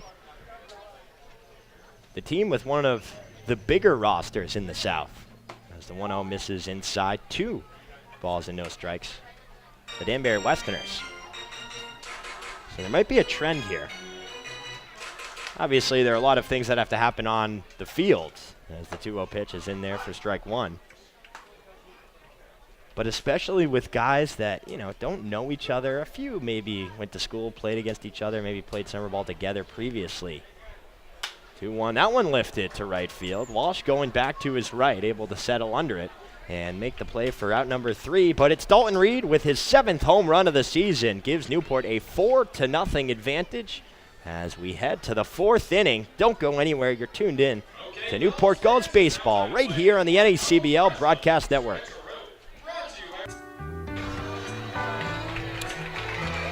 We're through 3. We're in the top of the 4th. And Newport has a 4-0 lead. And for the middle innings of play-by-play, we'll send it over to the voice of the Plymouth Pilgrims, Quinn Kelly. Thank you, Dave. It'll be Cam Walsh leading things off. Colton Parrish and Ryan Solomon up behind him. A pair of strikeout victims and a flyout victim coming up here against Tyler Madison, who has been absolutely stellar tonight against the Pilgrims. He has 7 strikeouts so far this evening, and has shown no signs of letting up against a Pilgrims offense that has proven themselves willing to chase tonight. They've certainly helped him out. I would say they're helping him out right now. I would say. It's a lot of movement from his breaking ball. Let's not take anything away from Madison, but they're not being disciplined hitters right now. They're just kind of going up there, swinging away, as if, we'll see what happens. Yeah, as if. Mystic not helping Newport out at all, though. They're ahead right now, so Newport looking to pick up a game, and if results hold in both of those games, it'll just tighten things up in NECBL Southern Division. Walsh is in now, and first pitch swung on and fouled off from Madison, so it'll be 0-1. I mean, this is going to get interesting. Yeah, it is. You know, the Pilgrims have had their chances to kind of pull away and make things a little bit more like the Northern Division, a less, interesting and dynamic division, but they haven't done it. They've fallen back to the pack, and now we're in for a very exciting couple of weeks here at the end of July. Keene has made a late run to make it a little interesting, but it's been Valley the entire time. Absolutely. They'll make it interesting come the second round. It looks like they're set for a date with the Blue Sox, as the count has run to 2-1 on Walsh after a couple of high fastballs. I was actually talking to Darren Zaslow today, the broadcaster last year for the Gulls, and this one is hammered by Walsh, out and caught in right field by Stevie Mangrum. It looked for a second like it had wall potential, but Mangrum got back on it, one away. Yeah, that one was clocked. Mangrum lucky to be in the right position. Not too much scouting reports that go into this, but a little bit. Nothing more than nothing more than 5 times. Exactly, exactly. But going back to my last point, I mean, Newport this time last year, they were struggling, and they ended winning 7 games straight, and they were still good 4 games or so out of the last spot for the playoffs.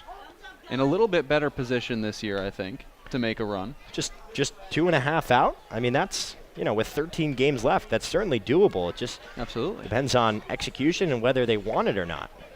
Colton Parrish is in at the box, 2-0, as Madison has missed with both.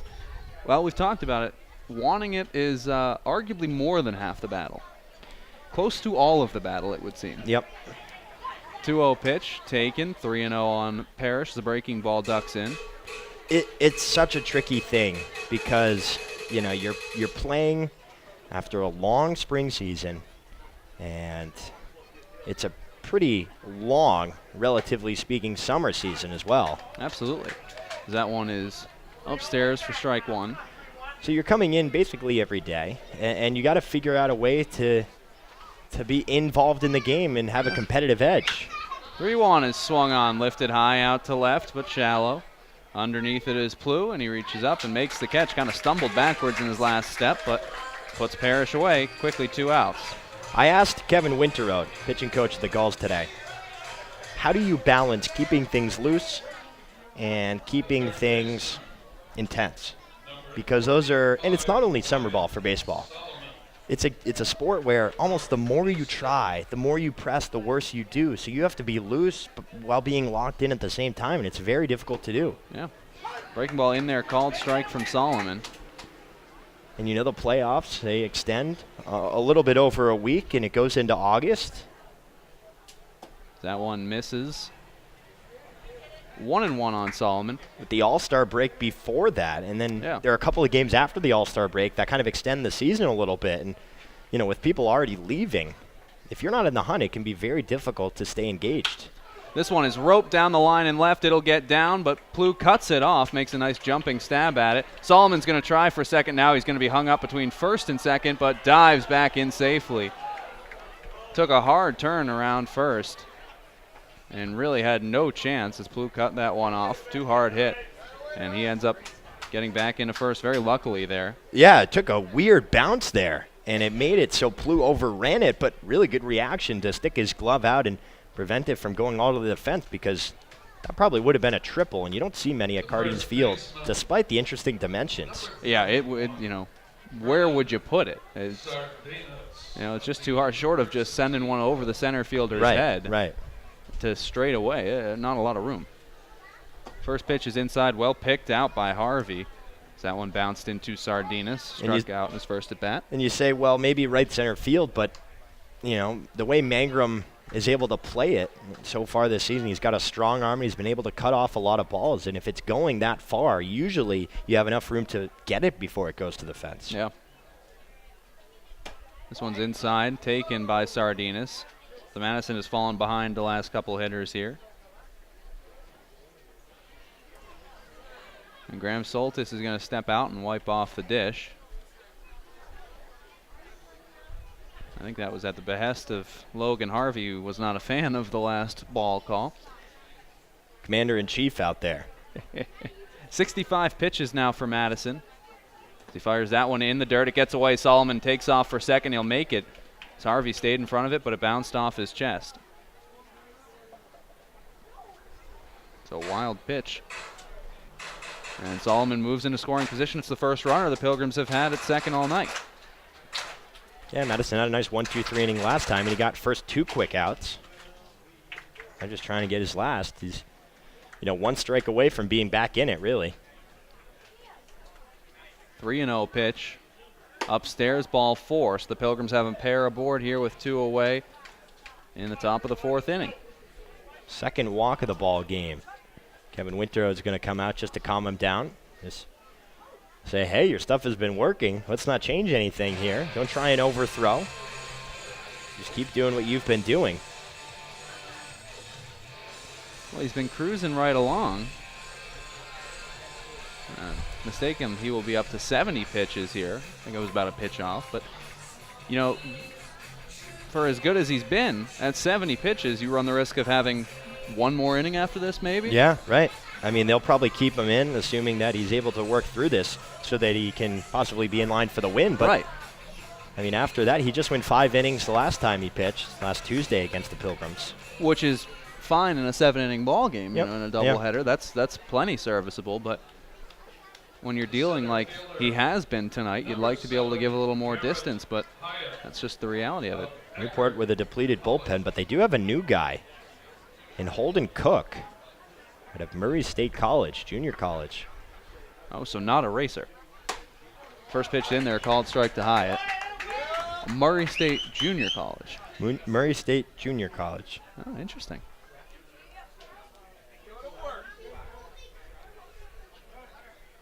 The 0-1 coming here.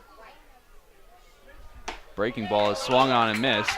Hyatt took a big hack at it but couldn't connect, and there are 2 strikes. Yeah, that was the pitch. I mean, that thing had a lot of bend to it. Really no chance for Hyatt. I mean, that's tricky. So Madison looks in, looking for a quick at bat here against the Pilgrim center fielder. 0-2. Just misses. Not sure if that one came around the plate or over it, but good looking pitch from Madison. Very close. Tough take by Hyatt. The only thing I could think of is maybe a little high, but yeah. It had a lot of break to it, just maybe a little late break. 1-2. Swung on and missed. It's in the dirt. And Hyatt will trot down. Throw from Harvey's in there.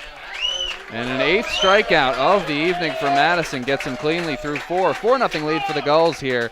We head to the bottom of the 4th on the NECBL Broadcast Network.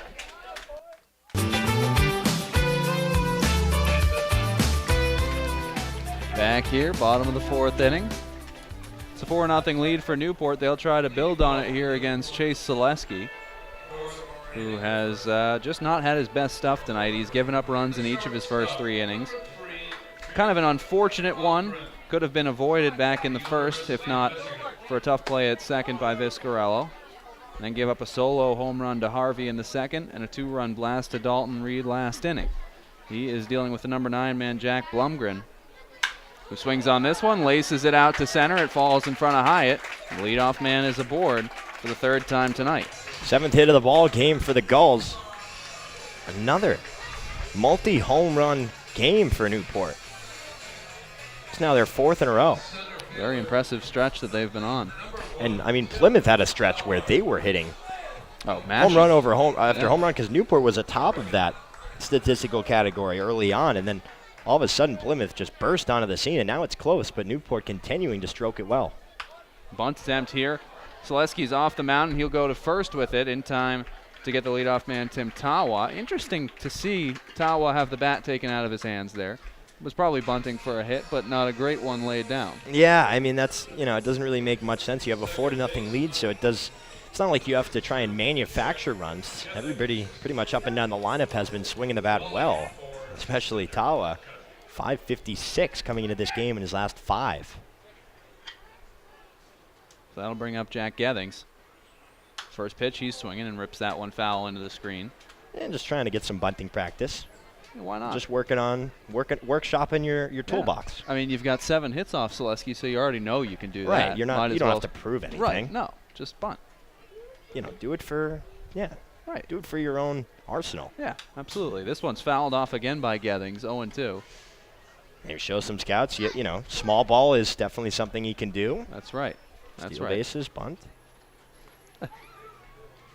He does the job. He does a sacrifice bunt, whether he wanted to do it for a hit or not. Sure. A dimensional player, Tim Tawa. Breaking ball upstairs, ball 1. It was funny. Before the game, we had our first ever segment. If you're tuning in just now and missed the pregame show, it was the newlywed game between Stevie Mangrum and Tim Tawa. I love it. Very interesting answers. 1-2 in there, called, third strike. Gethings jumped back out of the way, but that one was right on the inside black. Make it now 5 strikeouts for Selesky. Yeah, good pitch there. He's got some two-seam action on his fastball, so it kind of ran back into the plate. Well, Cody Hosey has struck out a pair of times against Selesky, climbs in now. One of my favorite walkouts in the NECBL. And he wears the first one. He sees a breaking ball that Selesky just completely lost. So it'll be runners on first and second with 2 away. Second hit by pitch here for Newport. Yeah, that one wasn't even close. I mean, he just leaned. I don't know if he leaned into it or leaned away from it, but no getting out of the way of that. No, anyway. nope. Certainly not. Bender was chasing him down. Yep. So Blumgren's on second, and Hosey's on first with 2 away. Stevie Mangrum coming up, and he has been the kryptonite for Chase Selesky. And he is just going to send one right into the back, and that will put the bases, or load up the bases, I should say, back-to-back hit batters for Selesky, who, if you remember, narrowly missed Mangrum in his last at-bat. Yeah, that one was not even close. I mean, straight fastball right between the twos on the back of his jersey. That's going to bring out head coach and pitching coach Greg Zackerson to have a chat with him. You know, in that conversation with Tawa and Mangrum, we asked questions, what does Stevie do outside of baseball for the majority of his time this summer? And the answer, he actually gave 3, and they both got it right. It was go to the gym, spend time with his host family, and go to the beach. Pretty standard things. Yeah. You're in Newport. I mean, right. Those are where you're going to. I mean, there's a Panera right here. A lot of the players like to go there before the games, and asked him what he would want to, what would his ideal order at Panera be, and he said fruit salad, and Tawa got it too. Wow. He got it. So he also got what color are your eyes correct? That's good. That's a harder question than you think. It is a harder question than you think. Well, the bases are loaded here for Dalton Reed, who sent one deep out to right center in his last at bat, trying to do some more damage and really take this one probably out of play for the Pilgrims if he could get something going here. He goes around on that one. Interesting call there from Graham Soltis behind the dish. Evens the count at 1-1. Yeah, delayed call too. Now Selesky comes. This one's fouled away. 1-2. He's ahead. .62 pitches for Selesky, who has not had nearly the success in his second start of the season that he did in his first. 1-2 breaking ball. This one's hit on the ground past the dive of Sardinas. It'll plate 1, maybe 2. Walsh comes up firing. He throws in. The play at the plate is not going to be in time. As an RBI, 2 RBI single for Dalton Reed makes it 6-0. Yeah, I mean, that one was just hit on the ground, hit hard enough to get out of the reach of Sardinas, but I hit nearly as hard as the first one, and just kind of a dribbler on the breaking ball. Well, free passes will hurt you no matter how you give them away. And when you hit back-to-back batters with 2 outs, that'll happen. So 6-0 Newport. They're taking it to Plymouth in a way that we have not seen at all this year in this matchup. This is the Newport team kind of we saw in the first 2 or 3 weeks of the season. First pitch from Selesky is in the right-handed batter's box, or excuse me, the left-handed batter's box, to the righty Jason Gonzalez, who's 0 for 2 tonight. It starts, well, it doesn't start. You give up the leadoff single to Blumgren. But with 2 outs, you're working on Hosey, who you've struck out twice, hasn't looked good in either at bat, and you hit him, and you lose him. And then you get to a place where Mangrum has hit you every time he's seen you pretty much.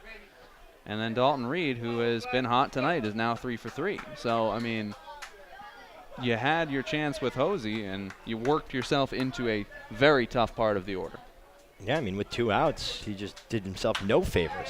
Breaking ball is hit on the ground here. Solomon fields it at third. He'll go to second for the out. So fielder's choice, 5-4, ends the inning. And we will head to the top of the 5th. 6-run deficit now for the Pilgrims as the Gulls have stormed out to an early lead on the NECBL Broadcast Network.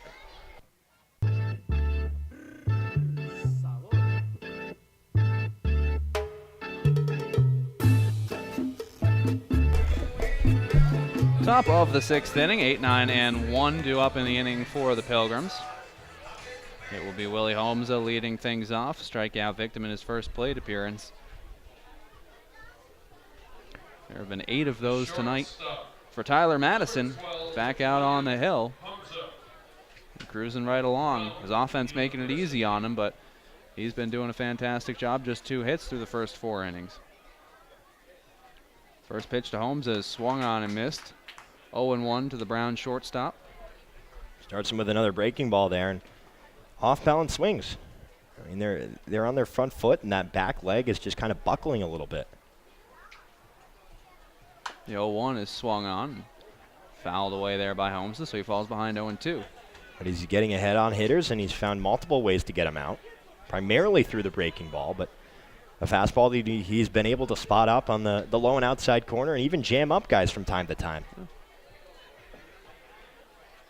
Looking for his 9th put away here, and he gets it. Holmza drops down to a knee.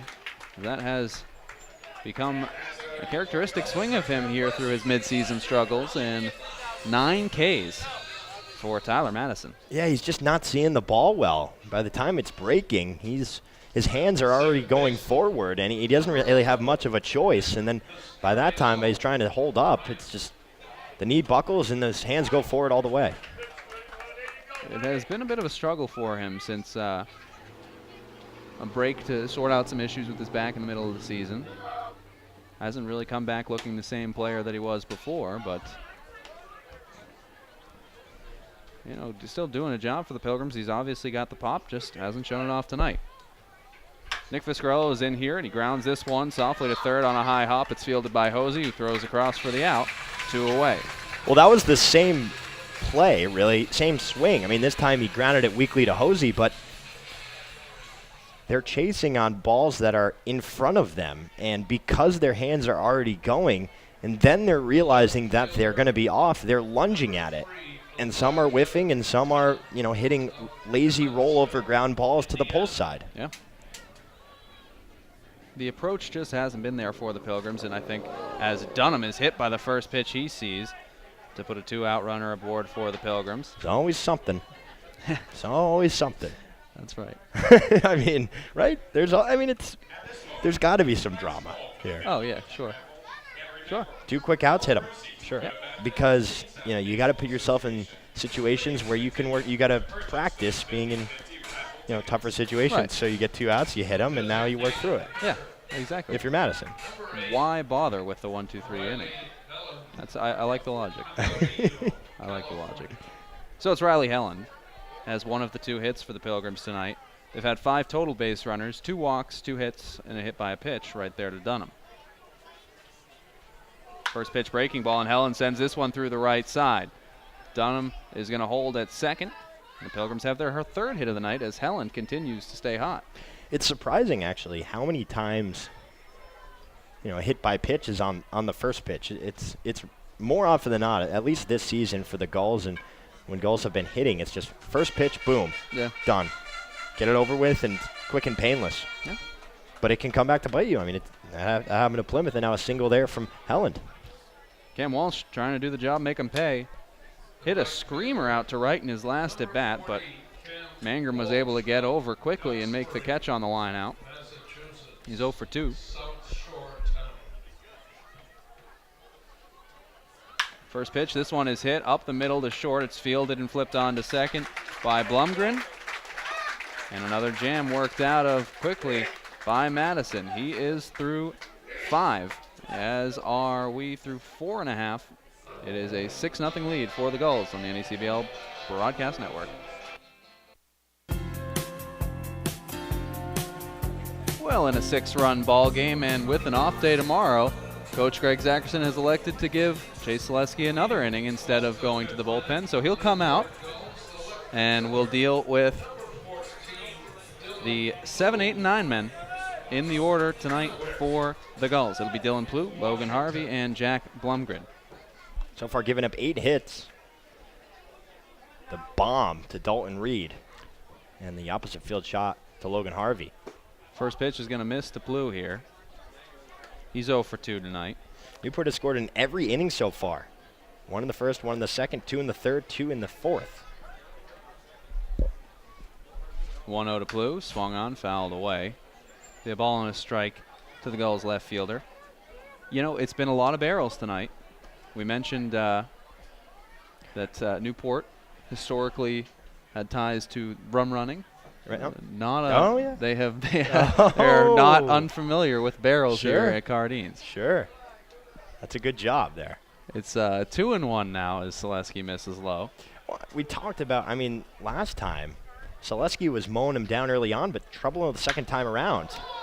And trouble right here as this one's lifted deep out to center. Hyatt's against the wall and leaps but can't make the catch. It pops out of his glove.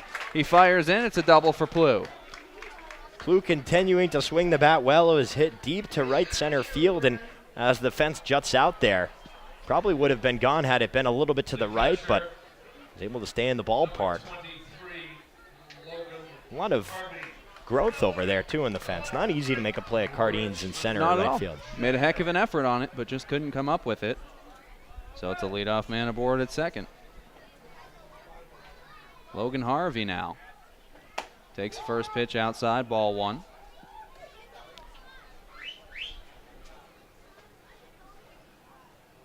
Good to see Harvey get that home run down the right field line. Couldn't really see it. No, couldn't enjoy it. Exactly. It was so tight to the wall as this one is going to shatter the bat of Harvey. Takes a piece, buzzsaw right off the top as he fouls it away, 1-1.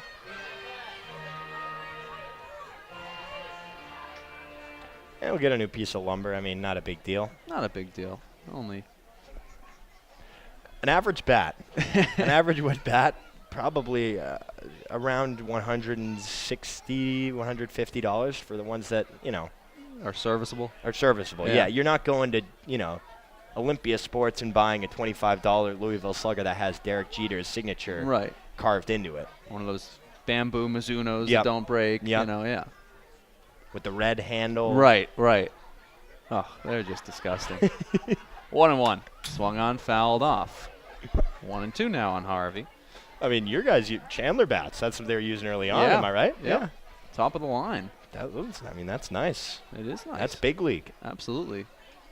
Big thanks to Mr. Hogan, one of our pitcher's fathers that helped secure that little deal. 1-2 from Selesky. This one's hit on the ground, foul down the third baseline towards the bullpen. A collection of goals just kind of standing out there. Really no room in foul territory, so kind of a wonder that they just... Oh, there's somebody warming up for Plymouth. Yeah, they just hang out down there. Sometimes they play hacky sack. We've seen them, backs to the around. game, though. It's just, Yeah, it's dangerous is what it is. It's a daring move. Another 1-2. Fouled away. Just missed that one, did Harvey. You got to think Selesky's night is over. You got to hope.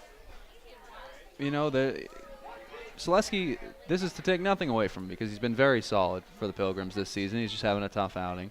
We don't mean to make light of his successes, but he's being hung out to dry a little bit right now. So he fires in another breaking ball, and that hits Harvey. For the 4th time he hits a man tonight. That's exactly how I would phrase it. It's not his role necessarily. He if I'm not mistaken, he was a bullpen guy originally at the beginning of the season. And, in a 7-inning game, you start him. And he was good. He was fantastic because he only went through the lineup a couple of times. He was very effective. His fastball had a lot of life to it. But you can see him tiring there. That's the 4th time that he's hit somebody. 3 in the last 2 innings. Yeah, the He's sign's on the wall. He's either hitting somebody or getting barreled. This one is popped up, though. It's out to left, long way in for Dunham, and he will get there. Hyatt was right there, too, but Dunham able to get to it, so 1 away. It's about using your tools in the right situations. Yeah. That's Yeah. I mean that's the Bill Belichick way. Right. And I mean, even if so this is the problem. Even if he's going fine and he can be a starter and you say this is a bad start for him, that's fine. But to send him out here for this inning, like what kind of coaching decision is that? You are quite literally hanging him out to dry. And we saw it last night where the reality of it is Selesky hasn't thrown many pitches. And if you're looking for distance, you got a short bullpen, sure, it makes sense. Down 6-0, your offense hasn't done anything, fine. You chalk it up as a loss, which you can't afford to do right now, but you do it. And you say, okay, we're going to let him eat up some innings here because he's got the pitch count to do it.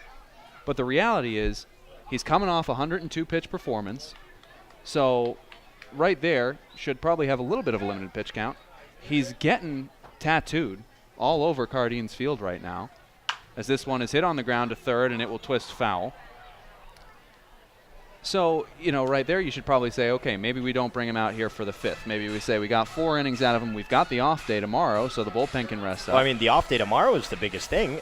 You're not in the middle of a long stretch. You're not in at the middle the of end. a long stretch. You have 2 off days this week. You got Tuesday, Saturday. And, we're coming off a game last night where you saw a serviceable outing as this one bounces in. Parrish blocks it and the runners hold. Where you had Chris Gonzalez come out and he gave up 3 runs in the second inning. And it was just not a great outing for him. Comes out in the third, gives up a solo homer. Comes out in the fourth, gives up a solo homer. Ends up going 7, so the right decision to keep him there. But you got a look as this one is off the plate. Parrish comes out, fields it, fires down, and retires Tim Tawa. 2 away now, as that one goes 2-3 in your books.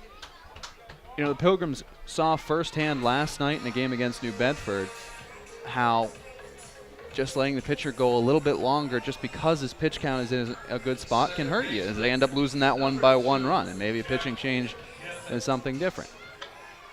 But here tonight, now runners on second and third, and Selesky trying for his first scoreless inning against Jack Gethings, who fouls the first one off back to the backstop.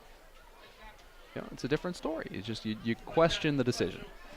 Yeah, I mean, all those points line up 100%. I mean, it's 6 runs, so it's not a total blowout. No. But you have to think about, I mean, and if he's able to work through this, which he's well on his way to doing, then props. But for going forward, the confidence, right. Leave somebody in and overextend them. And he's missed with 2 very close pitches, a breaking ball and a fastball back-to-back here called 2-1.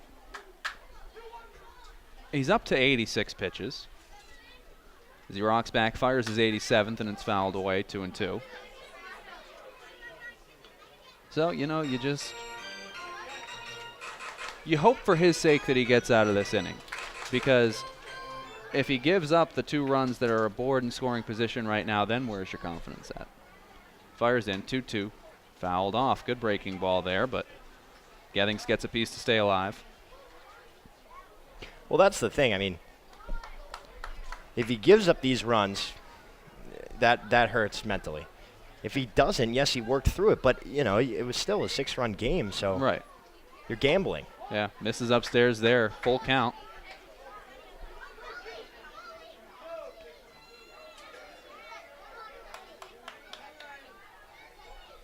Newport doing a good job putting pressure on him, though, extending at bats. Absolutely, as this one's fouled away upstairs. And it's staying alive is Gethings. We had Mike Coombs come in as Kenny Powers on a bicycle. What are they called? The cycles? Peloton? I don't know. There's a carriage on the end of it. This one's hit on the ground, and there you go. Defense not helping you. That one sneaks under the glove of Viscarello. The throw is in, and in time to cut down Harvey as Cam Walsh with the outfield assist saves a second run. But it'll be 7-0 Newport as the defense has just not played behind Selesky.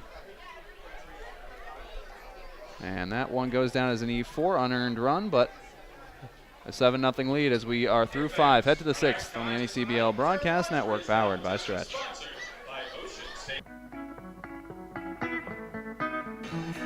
Well, the Pilgrims trailing 7-0 here in Newport, as the Gulls have just been taking it to them.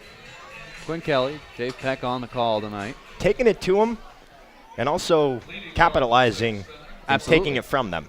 I mean, yeah, they have done well.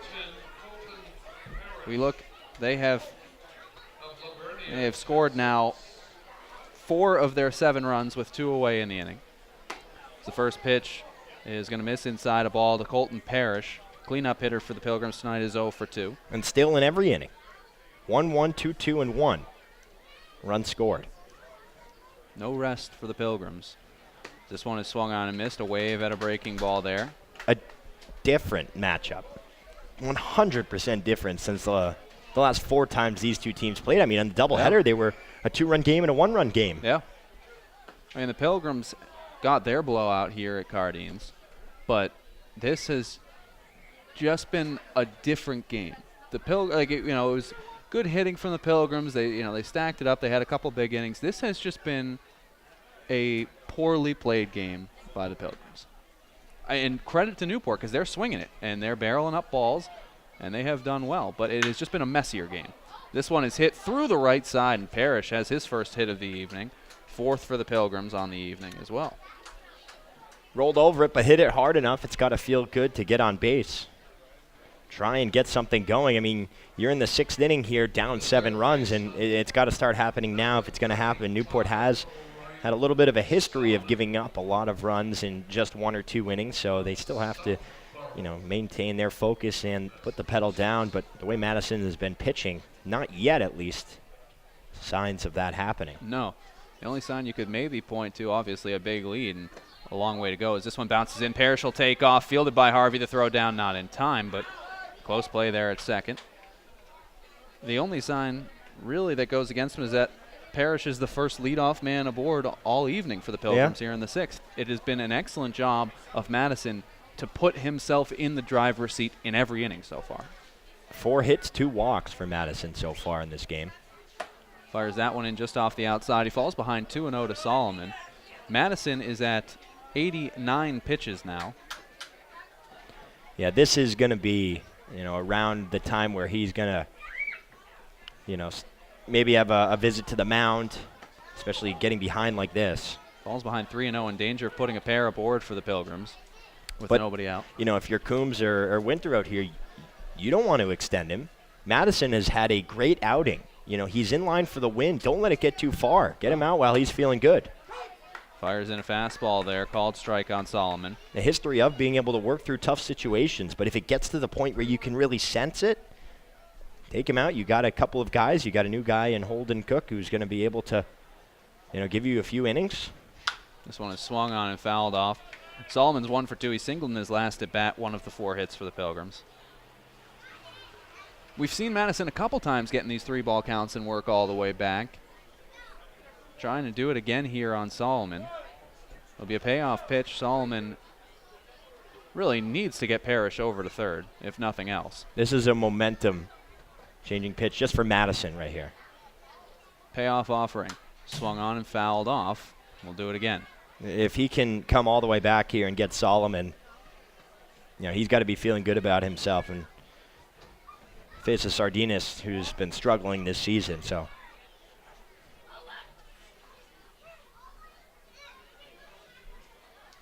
Ready here, another 3-2. Swung on, lifted, foul, and out of play.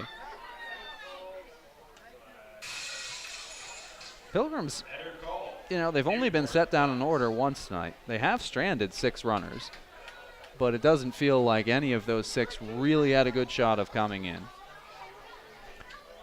Yeah, they were scattered. They were scattered. There was no traction. There was no momentum behind them. Another payoff pitch. It's a breaking ball, and Solomon fouls it off. Fighting a good battle here against Madison. Madison, 3 out of his 4 starts have been 5 innings, so he's right there now, trying to record out number 1 here in the 6th to surpass that. But this is so far his best. No runs. Previous best was 5 innings, 1 run, 7 hits, and that 4-2 win over Upper Valley. He misses it, get back to the backstop, so it'll be runners on the corners for the Pilgrims as Parrish moves up on the walk. And the Pilgrims in a good spot here to pick up their first run of the ball game as Kevin Winterode comes out to the mound. Yep, and we'll see if there's anybody warming up in the bullpen. You got to think there is here. And yep, it's Mike Keary, and he's been good out of the bullpen. Really, down this stretch, even though the offense has struggled, guys coming in relief have been good. Nate Reiter the entire season, he's been sharp. That's a given. Mike Keary, since coming in, came from Chatham a little bit later out of Louisville, and he's been sharp lately as well. Austin Michelle has come in some tough situations, maybe when his team wasn't necessarily winning the game, but he's burned a couple of innings and been very effective. And then there's Jerry Burke, who made the transition from starting. Now he's gone to the bullpen, and in his last 4 outings, he's been lights out. That's been it. I mean, the Gulls, their starters haven't been, necessarily anything to write home about, but the bullpen's done their job. Yep. Nick Enright, when he's come out of the bullpen, he's been great. He got the win against Plymouth in Game 2 on Tuesday when he started. That was the first start of the season for him. So now Hernan Sardinas digs in. He's struck out and walked tonight. Comes up in a big spot here and takes a breaking ball upstairs for ball 1. This could be his last batter, depending on how long Kieran's been warming up out there.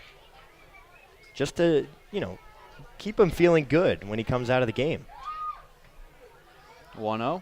Swung on, lifted high out to right. Trailing back is Plew.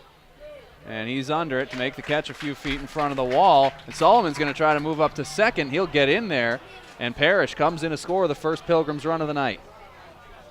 Yeah, heads-up play there by Solomon to move up to second. And, Plew wasn't fooled either. He went right there to try and make it a close play, but just a little bit in and out of the glove, and he didn't really get behind it enough. He was drifting and kind of flat-footed. Actually caught off guard and had to make an adjustment there. So now with 1 away and a man aboard at second, it'll be Garrett Hyatt. Takes the first pitch in there, called strike. That one on the low and inside corner. He does get an out, though. That's nice. Gulls look as though perhaps they'll try to stretch him to 6. Yep, and that's a balk. Yeah, that was a terrible motion a second. No, that was, he tried to go all the way around and he lost balance. His foot came down in front of the rubber. His left foot came down in front of the rubber there. He just. Strange. And it puts a man very strange at third for the Pilgrims. So they'll take it.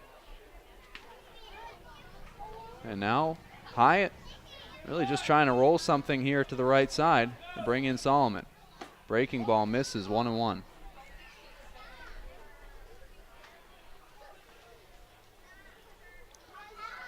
One out in the 6th. The Pilgrims would love to have a big inning here, trying to get back in this ball game. Hyatt lifts this one. It's out to center. It's shallow. We'll see if Solomon tries it. It's caught by Tawa. Solomon will try it. The throw from Tawa is offline, and Solomon comes in 7-2. A couple of sacrifice flies here, but still a 5-run lead. Right. Not that much, but this will certainly be Madison's last inning. Yeah, absolutely, and he'll try to get out of it here against Willie Holmesa. Just the way that Newport's been scoring, he can afford to maybe give up a couple of runs. They haven't been hit hard, just sacrifice flies, taking advantage of the walk and the single. But Solomon is 0 for 2 tonight with a pair of strikeouts. He takes ball 1.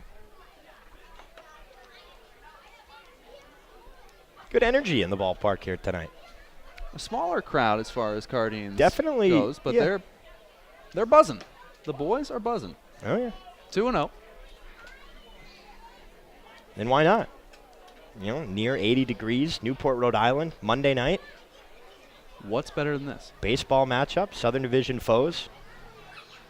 And a 7-2 lead for the home team. This one's rolled up the middle, fielded by Blumgren. He throws across to put away his shortstop, compadre. And Holmesa is out number 3, so the Pilgrims pick up a pair in the 6th, but they still trail it 7-2 on the NECBL Broadcast Network.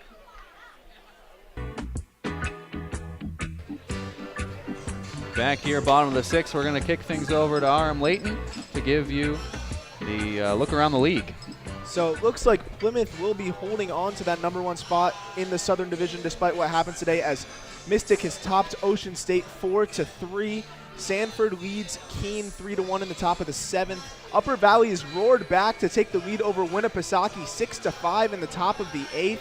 And Vermont maintains its 5-0 lead on North Adams in the top of the 6th. Back to you. Thank you very much. So it's a 7-2 ball game now. The Pilgrims offense finally showing some signs of life.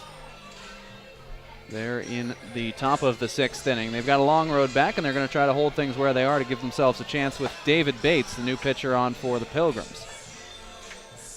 Bates on the season has a 2.08 ERA. He's appeared in 3 games, thrown 4 1/3 innings, given up just 1 earned run. It was in his start, but does have a tough strikeout to walk ratio, 4 strikeouts and 4 1/3, 10 walks.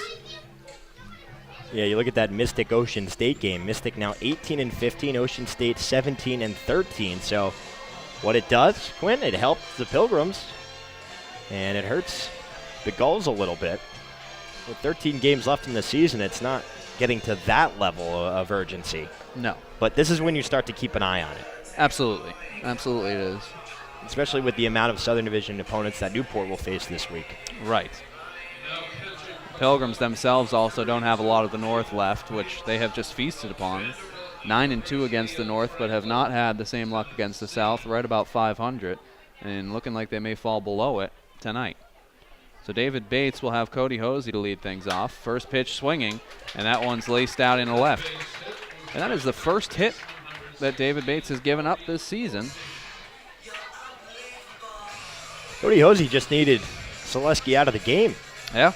I mean, Mangrum was crushing it, and Hosey was struggling. And first pitch wastes no time. That's just a confident hit there. Sees his pitch and just pulls it into left field. Now Bates will get immediately into the stretch after just throwing 1 pitch from the windup. And he'll work on Stevie Mangrum, who's yet to be retired tonight. Pair of singles and was hit by a pitch. Now he's hit by a pitch again. Well, 2 pitches, 2 runners aboard here for David Bates. And he's a little shaken up here. And that was left hip. Looks like now he's, I think, left elbow. That's not good. No, and Bates comes with plenty of heat, so you know that one stung. It's the 5th time that the Pilgrims have hit a member of the Gulls lineup tonight. Newport does not have a lot of outfielders. Nick Enright, the pitcher out of Virginia Tech, has been a guy that can maybe play the field. Besides that, there aren't many options here.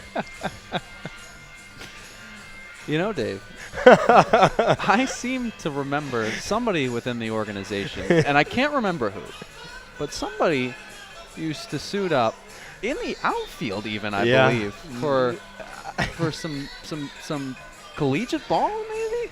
I can't remember. You know, I don't know who you're necessarily talking about, Quinn. You know, but he played for Bowdoin.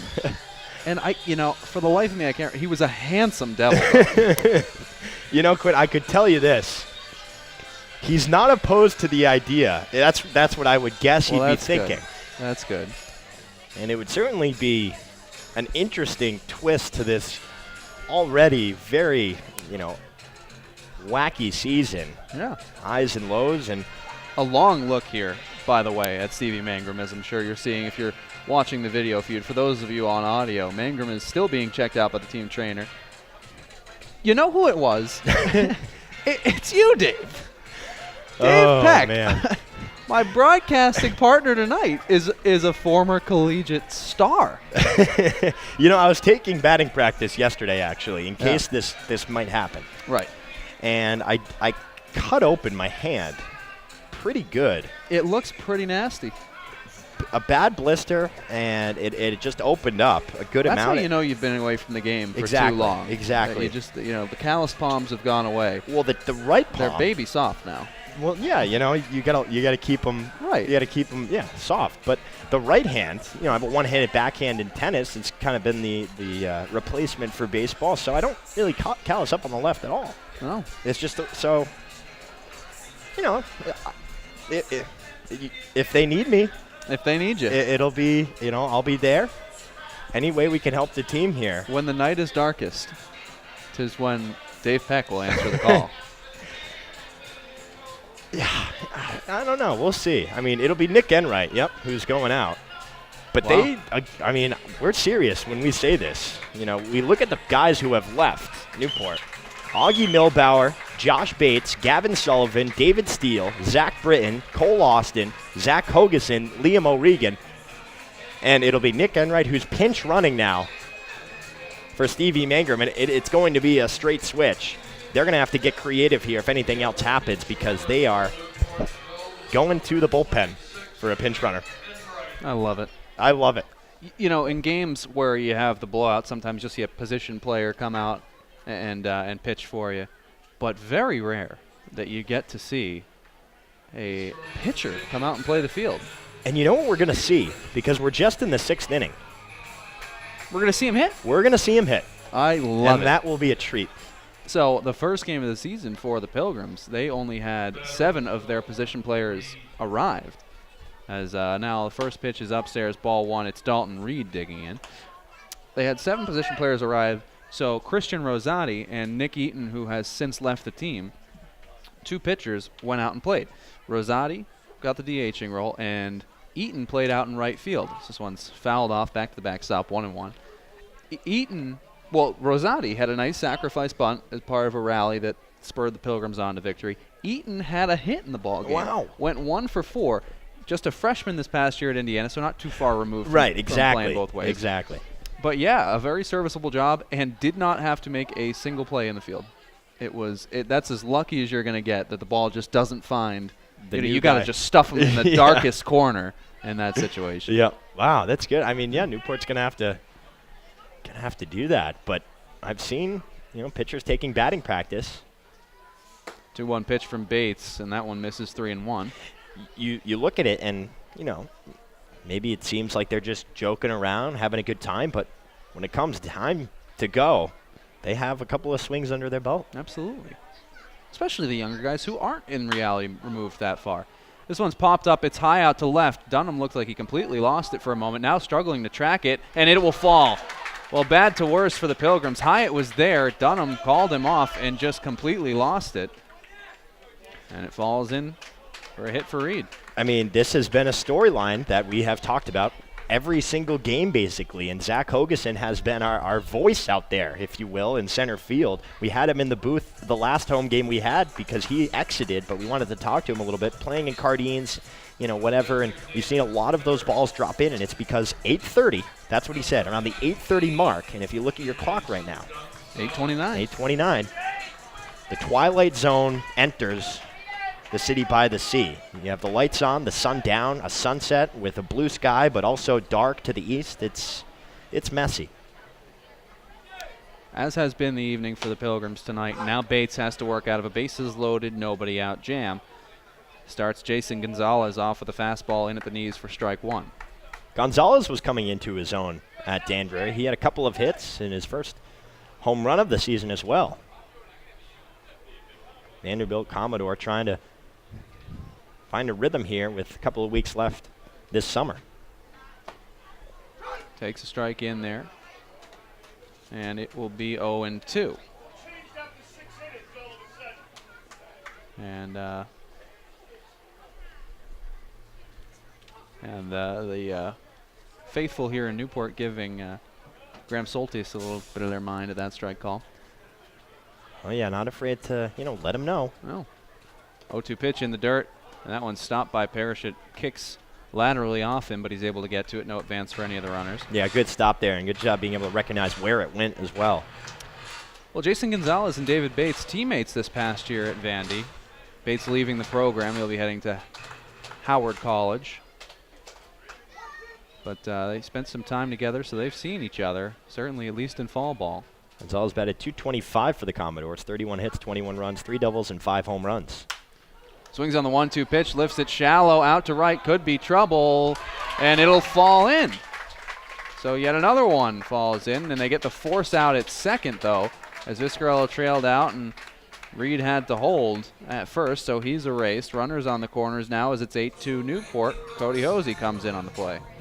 That's a tricky play. We mentioned how difficult it is to find balls. It wasn't hit very high, and that's part of the reason it was hard, because Viscarello had to go all the way out, and it just hit off the end of his glove. But, yeah, that was a very heads-up play. Spin around quickly, get it in a second. So now 1 away, 1 run in for Newport. And Dylan Plew at the dish. Plew's a guy who could maybe pitch, is what Winter Road said today. There you go. Well, if they keep scoring, he's probably going to get a chance to. If not for the fact that they've just got nobody to put out in left field. Yeah. It'll be interesting to see how Enright plays right. I could potentially see Plew move over to right. Right. Because it's a little trickier, and put Enright in left. It's a little bit more up front. Yeah. The count on Plew is 2-0 as looks as Bates is discovering where the bottom of the zone is. But you know, it'd be interesting. It'd be great. Enright goes to left. That's right near the bullpen, and you know he's going to get an earful. Yeah, absolutely. You know, we want that to be mic'd up. That would be awesome. That would be. It'd be a TVMA broadcast. Runner takes off. This one sliced out to right. It's caught by, or excuse me, to left. Dunham is going to come home with it. The runner held. Parrish comes out a long way to stop that one, cut it off. And it's an F7 for Plew, 2 away. Gonzalez was almost all the way up at second, had to turn around and go. He had taken off on the pitch. Yeah, Enright had started to go to home, too. And he came back, and then Grawl gave him a little extra instruction. Enright's a veteran. I mean, he is a rising senior at Virginia Tech, so he is a little bit more removed from being on the base paths. Quite a bit more. Quite a bit. About as removed as you could be. You could argue that. Yeah. I don't think you could argue that, actually. I think that's a fact. Yeah. Yep. This one's popped foul, out of play by Harvey. It's 0-1. 2 away here, bottom of the 6th inning. 8-2 lead for the Gulls. They have 12 hits tonight. Bates comes now, 0-1 breaking ball. That's in the dirt, but it's fanned on by Harvey. Tried to hold up his swing, but couldn't. Harvey now using the bat he uses in batting practice. The all-tan piece of lumber. He used, why does he use a different bat? I don't know. I asked him which one is his, and he pointed at that one with the black tape on the handle. A different BP bat. That seems counterproductive to me. The breaking ball misses there, 1 and 2. Actually, Stevie Mangrum does the same thing. He uses an ash bat that's taped around the barrel so it doesn't flake. And then he has a maple and, I believe, another ash that he uses in-game. Very interesting. Same specs. Yeah, okay, fair enough. This one's hit on the ground to short. Holmes the fields, flips to second, and the inning is over. But the Gulls continue their trend. They have scored a run in every inning tonight, and they lead it 8-2 as we move to the 7th on the NECBL Broadcast Network. Top of the 7th inning here. And new pitcher on for the Gulls. Yes, indeed, it is Michael Kirian. And I'm going to kick things back over now to Dave Peck to take you through the rest of this ball game and an 8-2 affair with the Gulls atop. Thank you, Quinn. It'll be the sophomore out of Louisville. 6'6", 240 is Kirian. 0-1 record with a 3.97 ERA in 7 games. He hasn't started any, been all out of the bullpen. Giving up 15 hits, walked 6, and struck out 14, and 11 and a third innings pitched. In his last performance, 1 inning against Danbury. Just a couple of nights ago at Danbury. No hits, no runs, 1 walk and 2 strikeouts. He will face Viscarello, Dunham, and Helland here, 9-1-2. As Plymouth tries to carry a little bit of momentum after they scored 2 runs in the top of the 6th inning.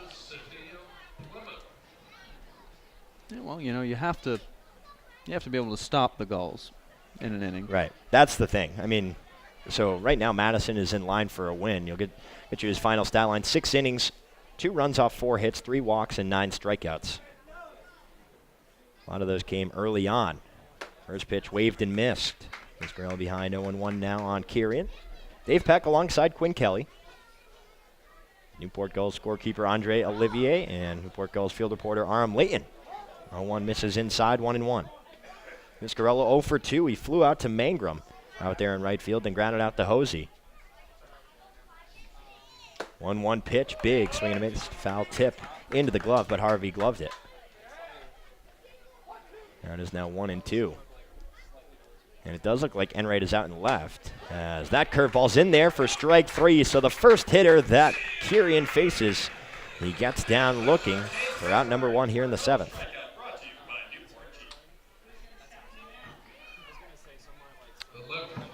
understand in a 6-run game. I just don't understand looking at strike 3. Yeah. You gotta go up there swinging. If you're fooled, I mean, that's the only possible thing. Yeah. But I mean, first pitch to Dunham, curveball misses low. How much can you really afford to be like sitting and picking pitches at this point? Just go up ready to swing, no matter what it is. You gotta be green light mindset, and you have to be, I'm swinging, I'm not swinging. That's what it's got to be. It's got to be that. Here's the 1-0 pitch. Breaking ball lists to the outside corner and catches it for strike 1. So there, I mean, that's a good approach. You saw him, and he kind of held up his swing a little bit, not even close to going around. Didn't like the pitch. 1-1. Big swing and a miss. Now down 1-2. Is Elijah Dunham struck out swinging his first 2 times up, then was hit by a pitch in the 5th, but stranded on 2nd. You also don't want to help them. No. Doesn't mean we're saying chase it. As that curveball misses low. But it's a free swinging team, especially over the last couple of weeks here. I mean, so down 8-2 in the 7th, is that the time when you're gonna decide to start taking? Here from the windup, here's the break-even pitch, and it's a curveball that misses low. So Dunham has worked himself a full count. First time he's seen a full count so far in this game, and a couple of chirps coming from right behind home plate. Love it. Why not? Not content with a 6-run lead. Yeah, apparently not. Here's the 3-2. That one hit softly down the left field line, and it's Enright coming in, and he'll let it drop there. He fields it on the hop, and that's a 1-out single for Dunham. You got to think. You got to think that an outfielder gets to that. I mean, it's isn't it crazy? I mean, look at that. Enright comes in. He gives it a chase. A half-hearted chase at best. And it's right in front of the rest of the bullpen guys, which is unbelievable. I mean, you can't make this stuff up. To take a book out of Al Michaels' page, but I mean, page on Al Michaels' book, but come on. Still 1 down. Dunham on first. Here's Riley Helland. He's got a couple of singles. Oh, man. That's a gift. First pitch. This one popped up down the right field line and out of play. I mean, there it is. You are seeing the effects of injuries. The effects of injuries. And you got to hope. You have to hope that Mangrum is not too hurt. But the other thing is why would a player necessarily risk it playing through an injury here? Why bother? I mean, it doesn't make the most sense for the future. Especially for Mangrum, who's proved all he needed to prove this summer. 0-1. That one high and off the glove of Harvey goes to the backstop. Dunham advances easily to 2nd. It's 1-1. That's the thing. I mean, he's done his job. He's hit 9 home runs. He's tied for 2nd in the NECBL in that category. He's got an average well above 300. Yeah, it's like there's a certain zone in which you'd maybe think about coming through the injury, and I feel like that's like the 225 to 255 zone. If you're below that, just chalk it up as a loss. Your summer is shot. You haven't had a good appearance. Whatever. Be done with it. If you're above that, and certainly you take into account like how many bombs you got or RBIs and stuff like that, why bother? 1-1. This one hit on the ground, right side. Second baseman Gething scoops it up, fires it to first for out number 2. Advancing to 3rd is Dunham. Sounded like another broken bat, didn't it? Yeah, possibly off the end. He has just shattered bats over and over. I think that's got to be his 6th broken bat on the summer. Yeah, I mean, you mentioned that earlier this week. Yeah, I mean, he broke 3, I think, in that game. Yeah. Kirian just buzzing him off again. Dunham on 3rd now, 2 outs. Here's Cam Walsh. He is 0 for 3. Got it into a 6-4 fielder's choice his last time up. Lefty-lefty matchup. First pitch, breaking ball taken for strike 1. Started off with the curveball, has Kirian. And he's gotten it to work well. Newport leading 8-2 here in the top of the 7th inning. 5th meeting between the Pilgrims and the Gulls. 0-1 pitch, high curveball, and it stays inside for ball 1. Nice breeze coming off Narragansett Bay here. Probably about 75 degrees. 1-1 curveball. That one slapped into left field. Coming in is Enright. He will let it bounce. Scoring from 3rd is Dunham. And it's an 8-3 ball game with the RBI single from Cam Walsh. Well, you just got to hope that you can keep hitting everything out to left. That one a far more difficult play. Yeah, that was. Does Plough get to it, though? I don't know. I mean, he's getting a lot of activity out there. That's kind of how it works. That I know, and that's why I told the story about Eaton. That was so, again, opposite of what you'd think. You'd think he'd be just getting eaten up. The ball just finds you that way, but.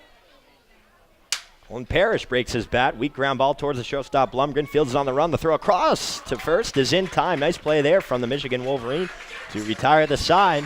But Plymouth does get one more off the RBI single from Cam Walsh. It's 8-3, and we will keep it here at Cardines Field.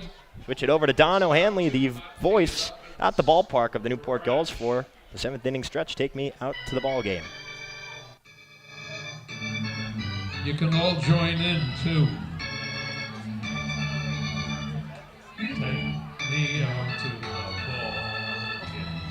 Take me out to the crowd. Buy me some peanuts and cracker jack. I don't care if I ever get back, for it's root for the Gulls team. If they don't win, it's a shame. For it's 1, 2, 3 strikes you're out at the old ball game. That's good. Like to see most of the crowd hang out to sing "Take Me Out to the Ball Game." We won't scream and yell. Nice rendition of "Take Me Out to the Ball Game." Now we will take a quick break and be back with the rest of the ball game here on the NECBL Broadcast Network.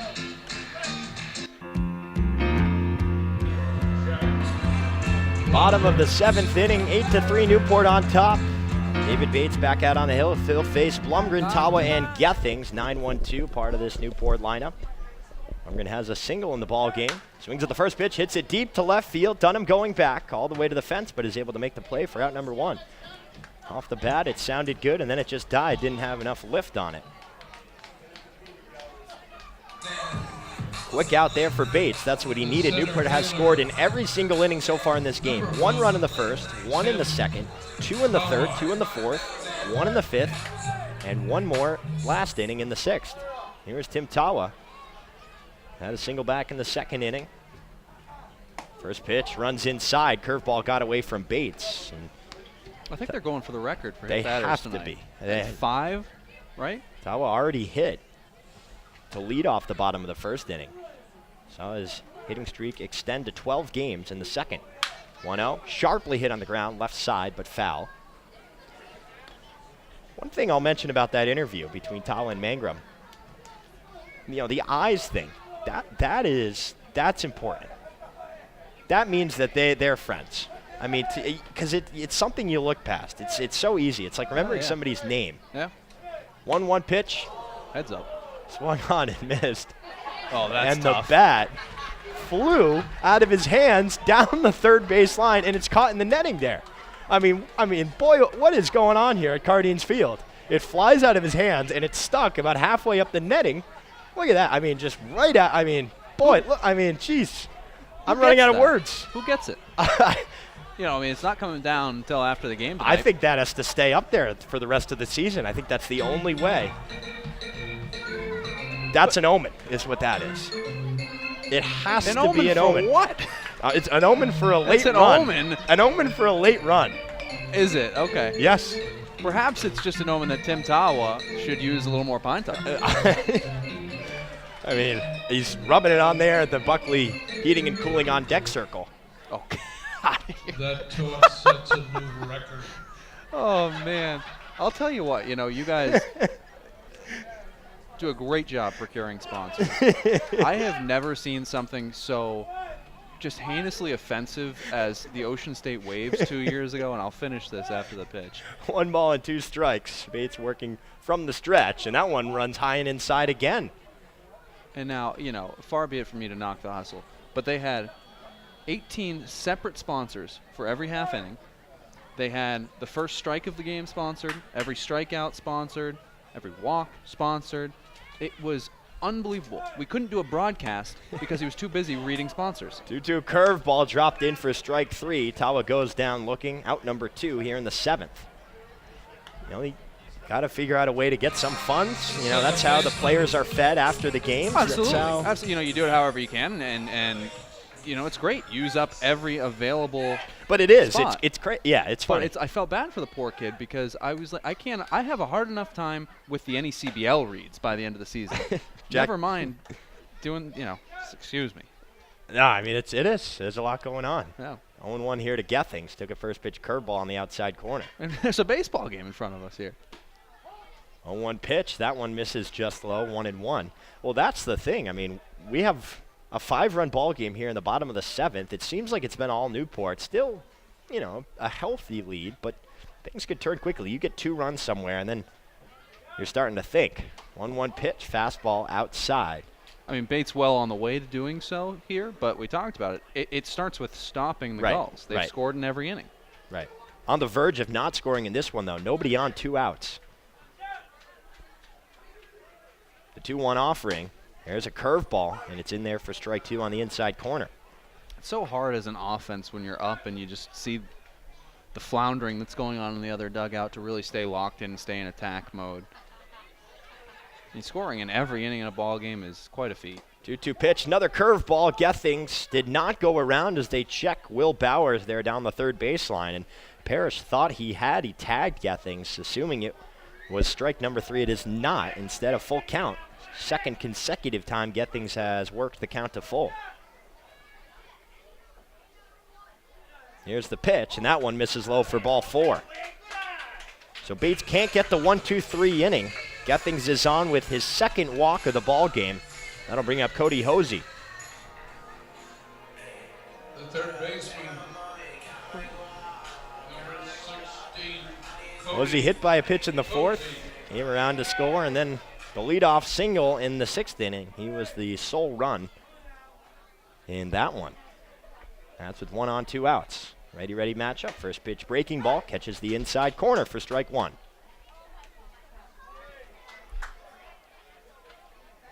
Hosey drafted in the 35th round of this year's MLB draft by the Kansas City Royals. Within the hour of the first game here at Cardines Field. Another curveball, another strike. Looked to be a little inside, but Hosey's behind 0-2 now.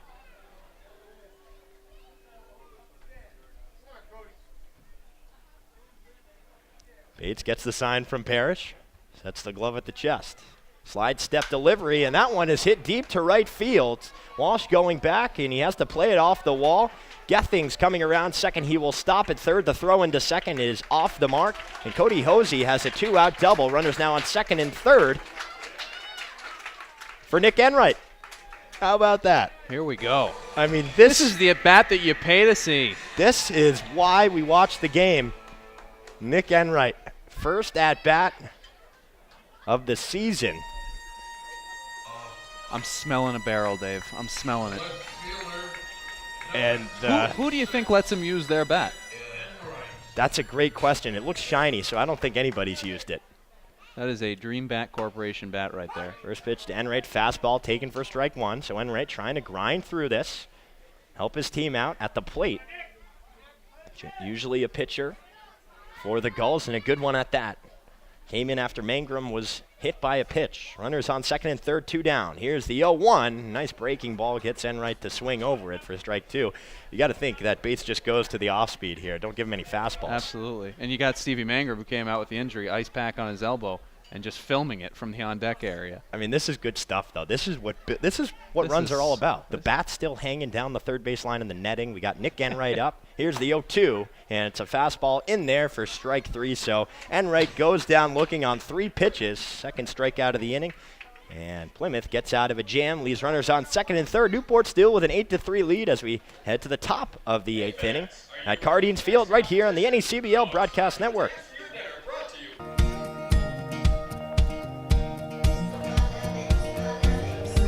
Top of the 8th inning, Newport with an 8-3 lead here, trying to win its second consecutive game for the first time since June 25th. Still have 6 outs remaining.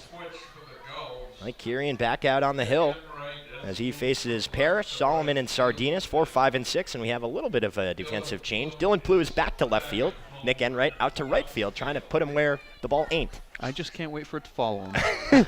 I want Solomon, a very strong pull hitter, to just slap one oppo and give Enright a run. Yeah, we'll see. I mean, that's basically what happens in situations like this. First pitch lifted into center field. Tawa camped under it, coming in a little bit, reaches up and makes the catch, one down. Well, they tried to a little bit. Yeah. I got to say, I love the hustle out of Solomon. He's had 2 fly balls, like high flies tonight. That one and I believe, the other one was out to right. And he's touched second by the time he was coming off the field, just booking it out of the box. They're clearly can of corn outs, but you got to like that. Yeah. Even in a ball game that's out of your reach right now. First pitch to Sardinas is in there for strike one. So it was Solomon who flew out to Tawa. As that pitch misses high for ball one. 1-1 here to the junior out of UMaine. Pitch. Fastball catches the outside corner.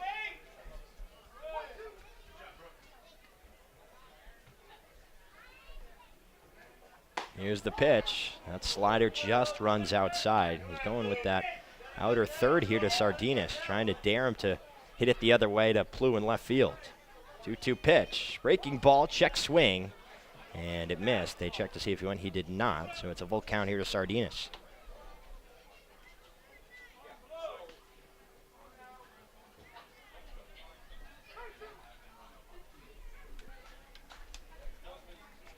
Three-two pitch, shot behind home plate. We'll reset and do it again.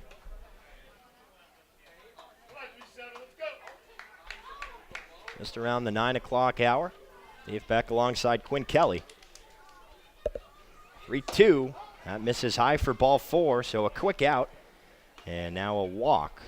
Puts Sardinas on first with one down. Newport still with an 8-3 lead.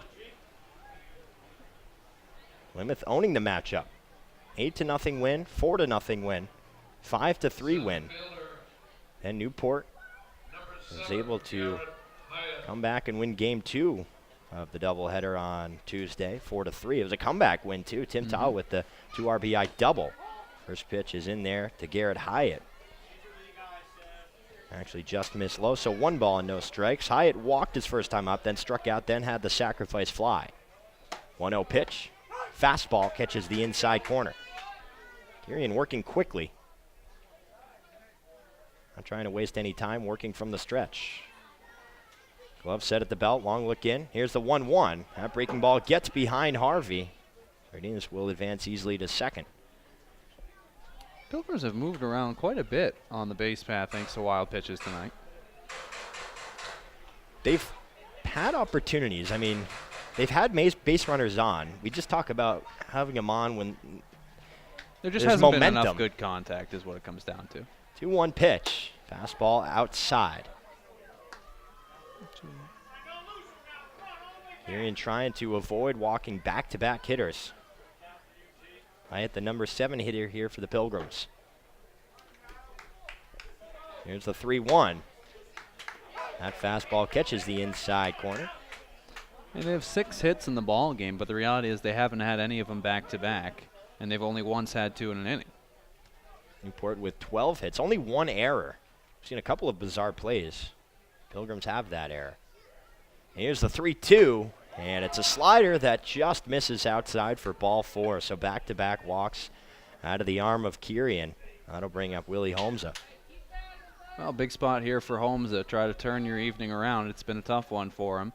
And now he switches over with the lefty on the mound to the righty's batter's box. So hopefully a switch in scenery brings him some luck.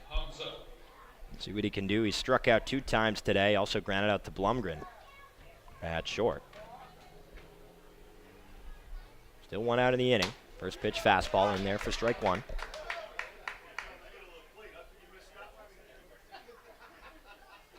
Kirian started his summer with the Chatham Anglers. It was a late acquisition here in Newport. Long pause now. 0-1 pitch. Check swing on the fastball, and it's in there no matter what. 1 balls and 2 strikes here to Holmesa. rising senior from Brown.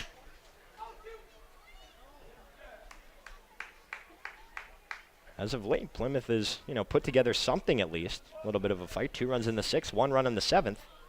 Still down 5, but 0-2 pitch, breaking ball, foul tip.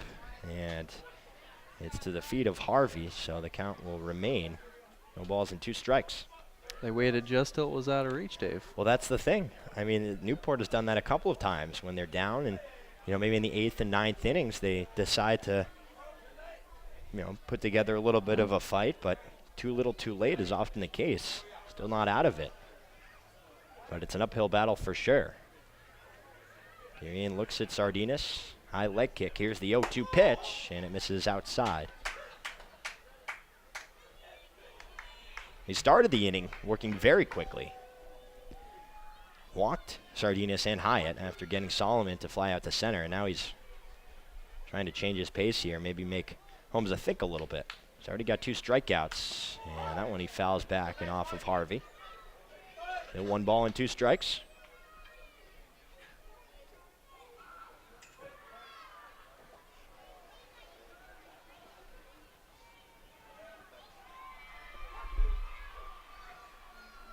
Holmes steps out, now digs back in.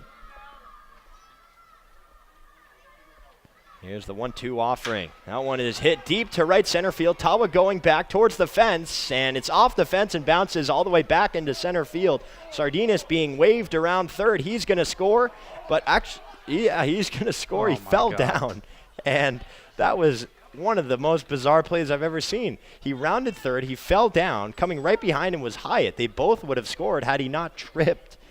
And 1 run does score on the RBI double, but that's a big, big play. That's unbelievable. And in that play, too, you have Willie Holmes, who just stops inconspicuously between first and second, and thank God he did, because we talked about how hard it would be to get a triple here at Cardines. That would have been the ball, kicking off the center field fence. Here's Vizcarello. Makes the first pitch low for ball 1. Yeah, you're looking at an 8-5 ball game, but Sardinas just blows a tire. Here's the 1-0. That one fouled straight to the backstop, 1-1. And you take an RBI away from Holmes really that way. You're not going to make a lot of friends in the dugout.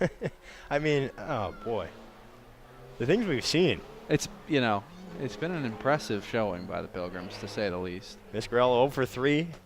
Runners on second and third. Here's the 1-1. It's a curveball that misses in the dirt. But it's an 8-4 ball game, top of the 8th inning. Don't look now. This is a long inning for Kirian. He's had to work hard. 2-1 pitch, fastball misses high. He's had some control issues as well. The inning started, Ryan Solomon flying out to Tawa quickly. Then Sardinas walked, Hyatt walked, and Holmes with the RBI double. Would have been 2 had Sardinas not tripped. The Dew may be settling in here. He took a wide turn around third, was into the grass by a good margin. But 3 balls and 1 strike here to Vizcarello, the number 9 hitter. The pitch. Low, ball 4. Third walk of the inning, bases loaded. See if there's any action down the left field line. And it's Nate Ryder, who's been in a lot of close games. He leads the NECBL with 7 saves, and now Mike Coombs is going to come out, walking slowly, probably to buy the Bulldogs some time, throw a few more pitches. But Kirian, who looked good, just struggled finding the strike zone here, and that'll be the ball game. He'll come out with the bases loaded and 1 out. 8-4, Newport on top, but the Pilgrims threatening here in the 8th. We'll be right back.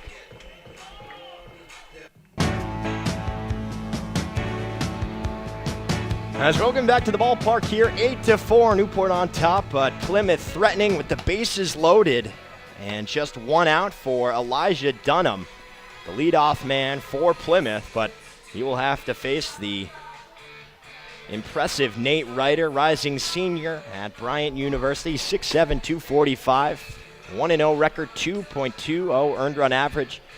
He's appeared in 15 games, Giving up just 11 hits, walked 5, struck out 19 in 16 and a third innings.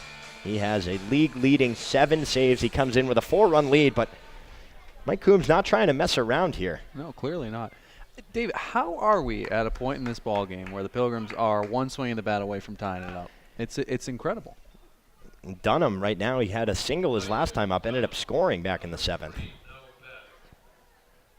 That would blow the roof off Cardines. First pitch, big, swing and a miss for strike 1. It's Hyatt on third, Holmes on second, Viscarello on first. 3 walks in the inning. The only hit is the double by Holmes. Would have scored 2 had Sardinas not slipped. Rider from the stretch. Here's the 0-1 high fastball. Dunham thought about it, but he did not go around. 1-1. Well, you feel like if you're the Pilgrims, you have to find 2 here. Yep. To have a chance in this ball game, can't go in with a 3-run deficit in the last inning. So you're probably going to need a hit somewhere along the line. All runners are Kieran's responsibility. Here's the 1-1. Nice slider. Gets Dunham to swing over it. 1 ball and 2 strikes.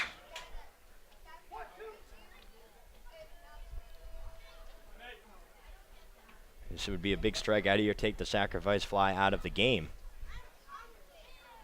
Here's the pitch. Another slider. That one misses low and inside. 2-2. Good stop by Harvey there. He hasn't had the best night behind the dish. He's had a lot of tough pitches to deal with, certainly, but Pilgrims have moved around. But he's locked it down when runners have been on third. Yeah, we've seen a lot of pitches go to the backstop. It's turning into a big spot here. 2 balls and 2 strikes, 1 out, bases loaded. Here's the pitch, and it's lifted foul down the third base line, out of play. Ooh. That one clanked off of something. You always, I mean, you see the crowd looking up. You always wonder, a lot of cars driving by there. You got to think that somebody's at a red light and is just going to get clocked. Well, even moving, at some point, somebody has to have been in the history of Cardines. Had to have. It's been over 100 years. Here's the 2-2 pitch, and that one is hit down the first base line, but chopped foul. First car, what, 1912? Is that where you were going? That's what I was laughing at. Henry Ford. I think the ballpark, though, is a little older. I think but so although too. Newport would probably have been around the first places to see cars on the road. Yeah. You have to imagine. Yep. Wealthy town, Yep. up and, but you know. Right after the Gilded Age. Right. You know, Vanderbilt's responsible for a lot of transportation, railroad tycoon.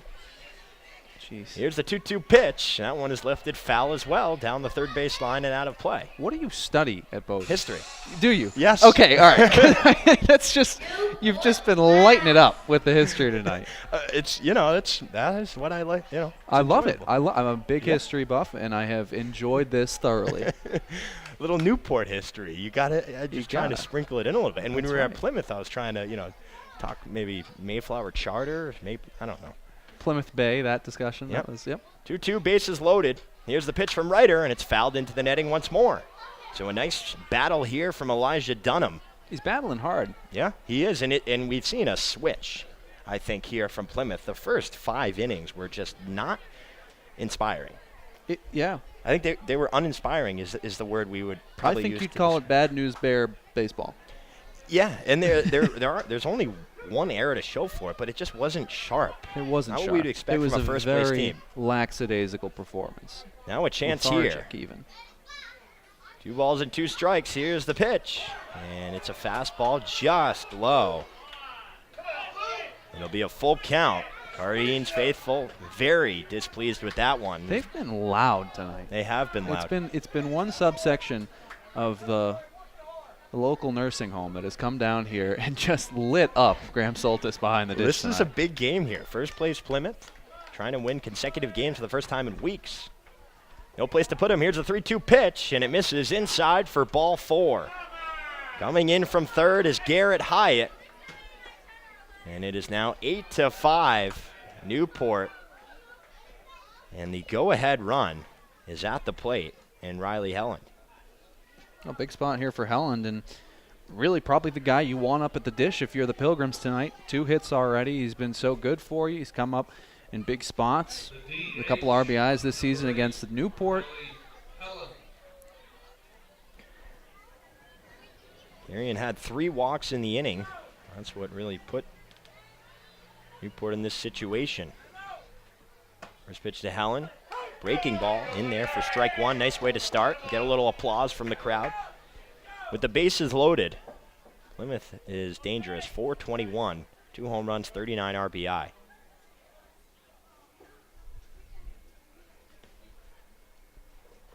Already gotten 2 runs in this inning. Here's the 0-1 pitch. Another slider. Ellen thought about it, and he did not go, so it'll be 1 ball and 1 strike. Despite what you'd hear. The umpire in the stands, not very happy. Not very happy at all. And, you know, Quinn, more times than not, if you hear the umpire in the stands, he isn't happy. That's true. That's true. You don't often get the nice call, umpire. Attaboy, Blue. Here's the 1-1 pitch. Fastball outside, 2 balls and 1 strike. Helen singled in the first, struck out in the third. And singled in the 5th and grounded out to Gethings his last time up. We're here in the top of the 8th inning. Newport 8, Plymouth 5. You know, Dunham gave a heck of an at-bat to Ryder, and I think he's shown the effects of it a little bit here. He's got to get his control under control right now. He's got to get under control. 2-1. That's a nice fastball catching the outside corner. Helen thought about it, but it didn't matter. It's 2 balls and 2 strikes. For the ones that we haven't seen called strikes, that one was a strike. Yeah. I think they're getting in his head behind the dish. They're doing the job. I think so too. At some point, Graham Soltis is thinking about it. You just get worn down. Oh, yeah. Players can get fatigued. Umpires can get fatigued as well. So can the umpires. That's right. Another long at-bat. Here's the 2-2 pitch. Breaking ball lifted into right field. Enright going back, and that one is over the fence. A grand slam for Riley Helland, and just like that, Plymouth takes a 9-8 lead here in the top of the 8th inning. Oh, my. Well, you can do everything you want to lose a ball game, but at the end of the day, when you're in at the dish, you're going to swing. You're going to swing your heart out, and Riley Helland does it for the Pilgrims. What a swing. I mean, it just doesn't get any better than that. You have done everything to lose this ball game. And what a piece by Helen. This is shocking, to say the least. Unbelievable. Enright, a guy who's been in left field. He's been pitching. All he could do there was look up. He didn't have to make a play out in right field. And for Ryder here, second home run he's given up at Cardines. Both have been to right center field, but that one to the deeper part of the ballpark. I mean, Helen just ripped that ball, and there's still just 1 out in the inning.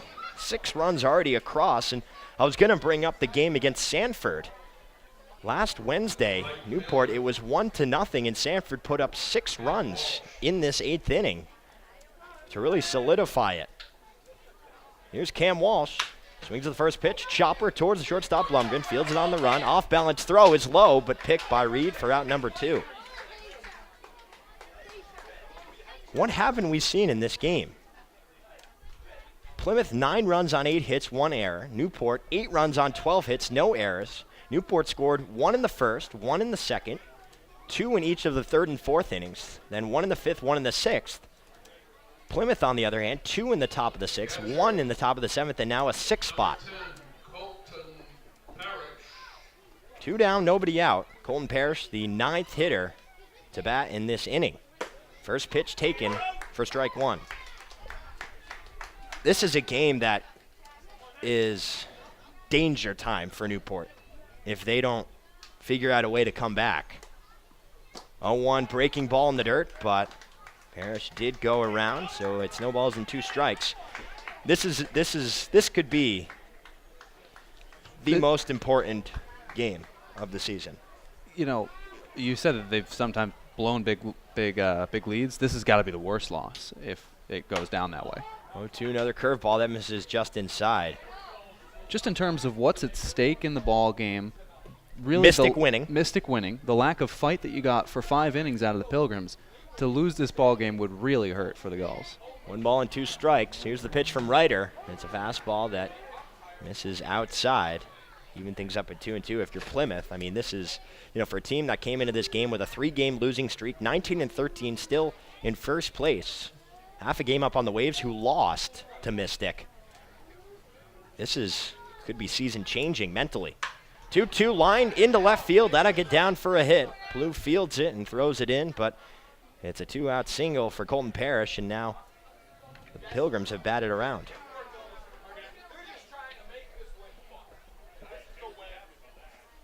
Ryan Solomon will dig in for the second time in this inning.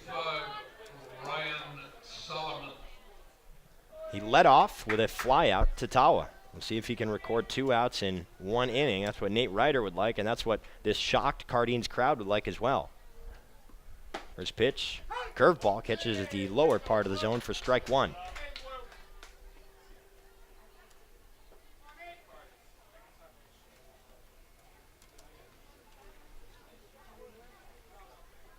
A 1 pitch popped up behind home plate. Harvey kicks off his mask. Now it drifts into play. Having trouble with it, and it lands foul. And now they're saying that he was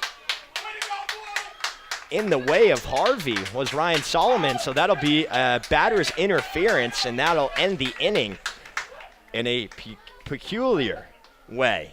Newport gets out of it, but not after 6 runs come across on 3 hits, including the grand slam from Riley Helland to give Plymouth a 9-8 lead. Newport's got to go to work as we get to the bottom of the 8th here on the NECBL Broadcast Network.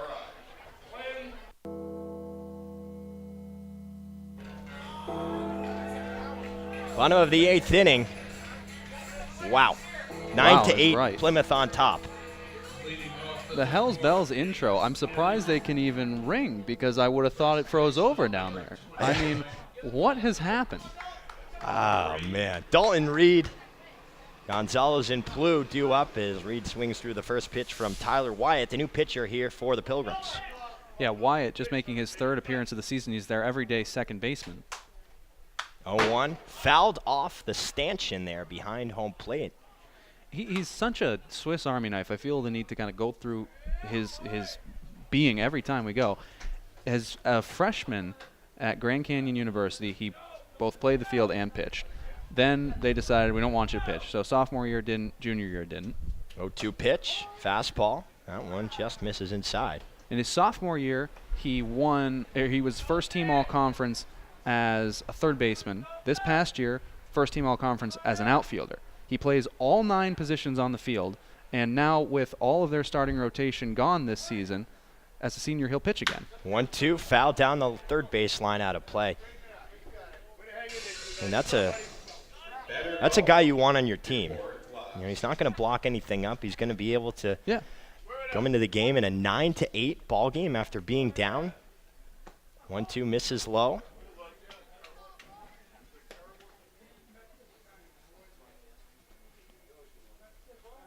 Seven-run deficit erased. 2-2 pitch. That one clocked down the right field line, and that one is out of here. Dalton Reed ties up the ball game with his 7th home run of the season. Now 8th, and I mean, what is going on here? 9-9 at Cardines Field. Well, I'll tell you what's going on. You get Tyler Wyatt up to warm up because you want to give him some innings in a game where you're down big. And then you just say, hey, we just got out ahead. Well, let's throw him anyway. He's already warmed up. And what does he do? Leadoff jack. His 2nd home run of the ball game. He started with 6, then he was 7. Now he is 8 in the long ball category. What a night. What a night. First pitch curveball. Gonzalez goes around for strike 1. 9-9 here, bottom of the 8th inning. Newport answering. Dalton Reed and the home runs from the Newport Gulls just keep coming at now timely spots. How do you answer that? How do you answer giving up 6 runs in an inning and just come out leadoff home run? That's incredible. 0-1 pitch. Big swing and a miss for strike 2. I mean, what an AB. That's just exactly what you need. Because you don't get the run right back, chances are you're not getting it in the 9th. Yep. I mean, here's the 0-2 pitch. Another breaking ball. Gonzalez thought about it, but he did not go as the ball skips to the left of Parrish. 1-2. Certainly the most entertaining game we have seen, By at least from our perspective Absolutely. here in Newport. We've seen walk-offs against Danbury. We've seen 23-5 win, that also against Danbury. But this one has been special. Here's the 1-2 offering. Another breaking ball. That one misses outside. 2-2. Well, he hasn't thrown in, a year. He threw a couple innings for the Pilgrims last summer in kind of garbage time, but the breaking ball not really back for him yet. He's gone 2 2/3, given up 1 run. It was unearned. Does not have an ERA. Here's the 2-2 pitch. That one is swung over for strike 3. So Wyatt gets his first strikeout of the ball game. There's one down here in the 8th, but Sure does have an ERA now, though, I should correct.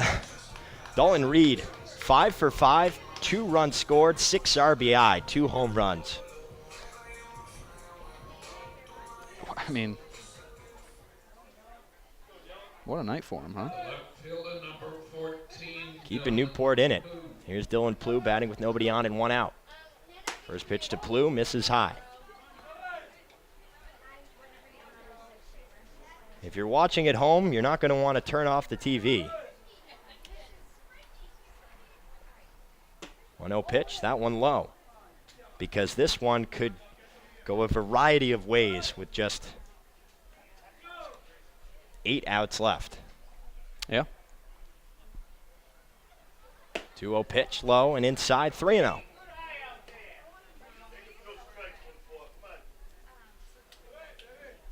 Plew 1 for 4 with a double. He scored. That was back in the 5th inning.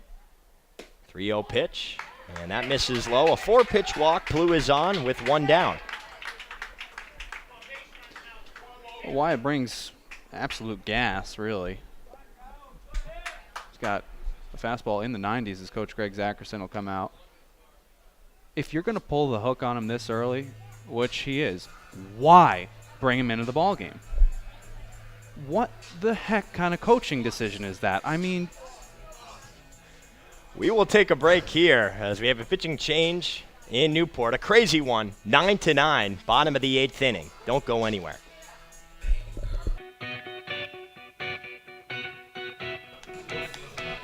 Newport 9, Plymouth 9, bottom of the 8th inning.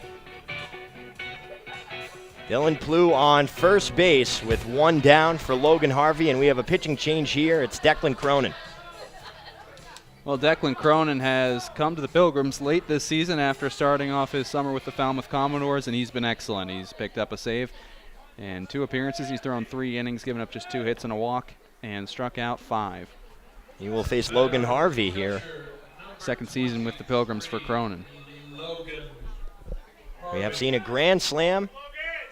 We have seen 5 hits from Dalton Reed, 2 home runs, 6 RBI. First pitch misses high to Harvey. And we've seen Logan Harvey go deep for the first time this season with a solo home run back in the 2nd inning.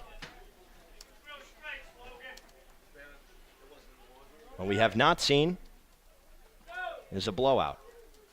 Barn burner here in Newport. Big swing and a miss, now 1-1. With Mystic and Ocean State playing just down the road.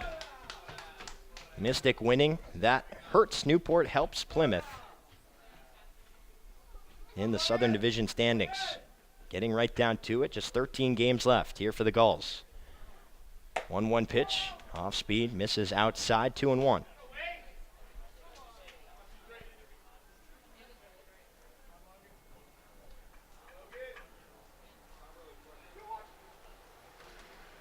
Newport trying to reclaim the lead right at the 9:30 mark here on the East Coast.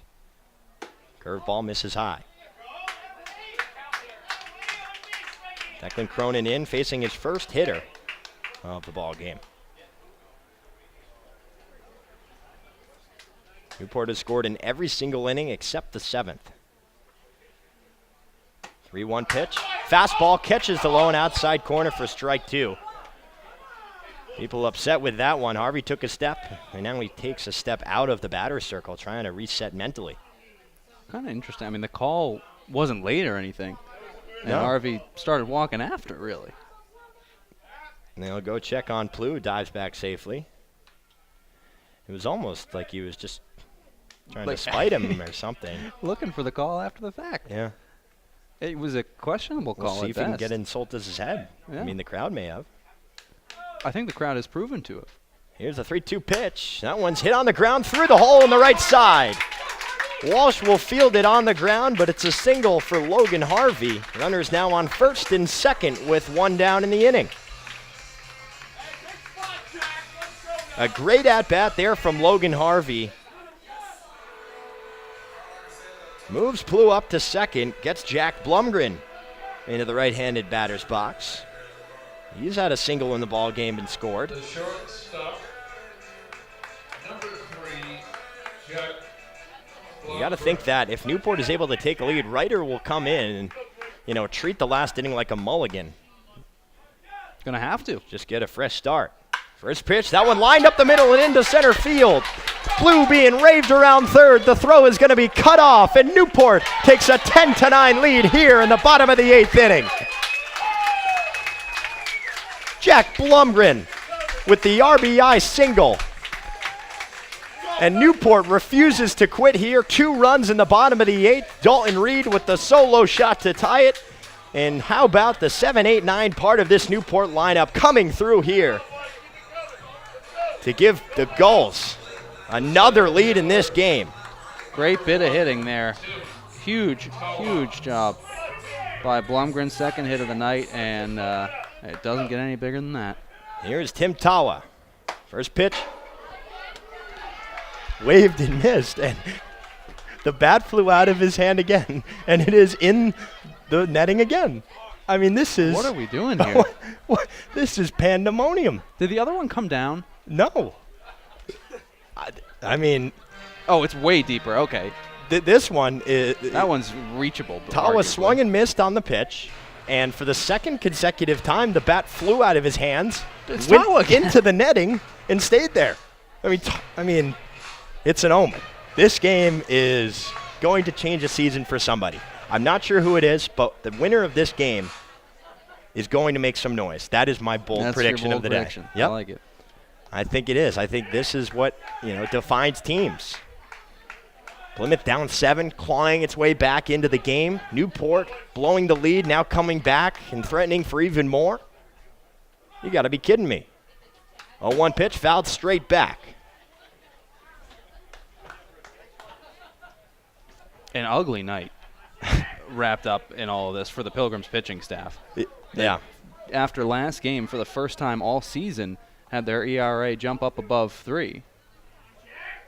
And now have just 9 earned runs tonight. Harvey on second, Blumgren on first. No balls and 2 strikes to Tim Tawa. 10-9, Newport reclaims the lead, 1 out as that one is hit up the middle. Shortstop, Holmza is able to dive, goes to second for 1. The relay to first is not going to be in time. But what a play there from Willie Holmza to flip it to Viscarello and get the runner at second. And a run-saving play, too. If that one gets into the outfield, chances are Harvey's coming around to score. Harvey is instead now at third base. And it will take a base hit from Jack Gethings to try and give Newport a 2-run advantage. Runners on the corners. First pitch in there for strike 1. Gethings with a single, also 2 walks. Has not been plated so far in this game, but he's been on base 3 times. Big RBI opportunity with Harvey on third. Cronin working from the stretch. That's the glove at the chest. Here's the 0-1 pitch, and it's a changeup that misses outside for ball 1. You wonder if there's any action in the Newport bullpen right now, or if it will be Ryder, and it looks like it will be, trying to finish out the game. Leads the league with 7 saves. 1-1 pitch, breaking ball, chopped foul down the first base line and towards the Newport dugout. Newport 14-17, 5th in the NECBL South. 2.5 games back of Mystic. Now 3 after the Schooners beat the Waves. So this is to try and keep it where it's at.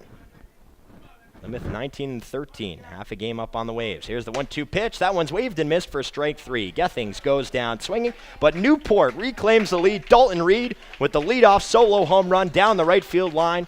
And then it was Jack Blumgren with the RBI single, plating Dylan Plew to give Newport a 10-9 advantage as we head to the top of the 9th. Don't go anywhere. You're not going to want to miss this one.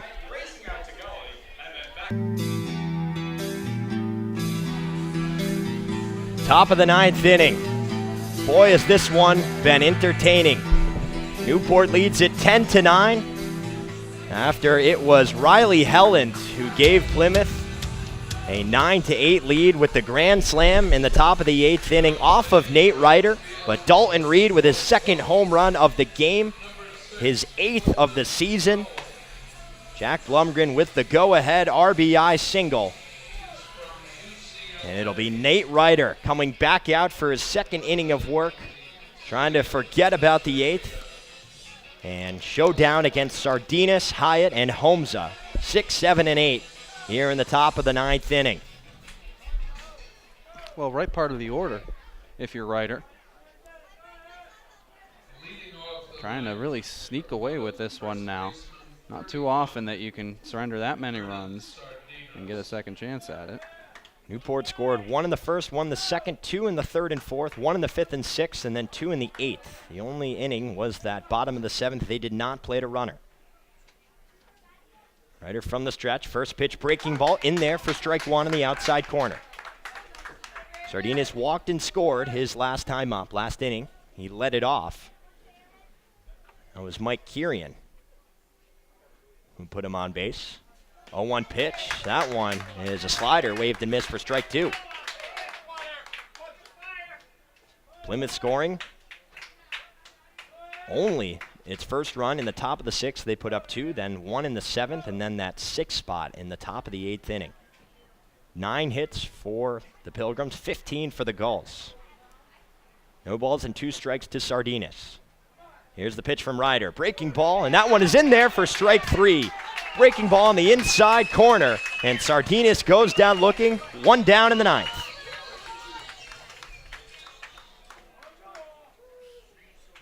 Tough take there by Sardinas. The zone has moved around a little bit tonight. Yeah. But, tough take either way. Here at Hyatt will dig in. He's walked, struck out, had a sacrifice fly in the 6th, and then walked and scored last inning. First pitch from Ryder is a fastball high and inside for ball 1.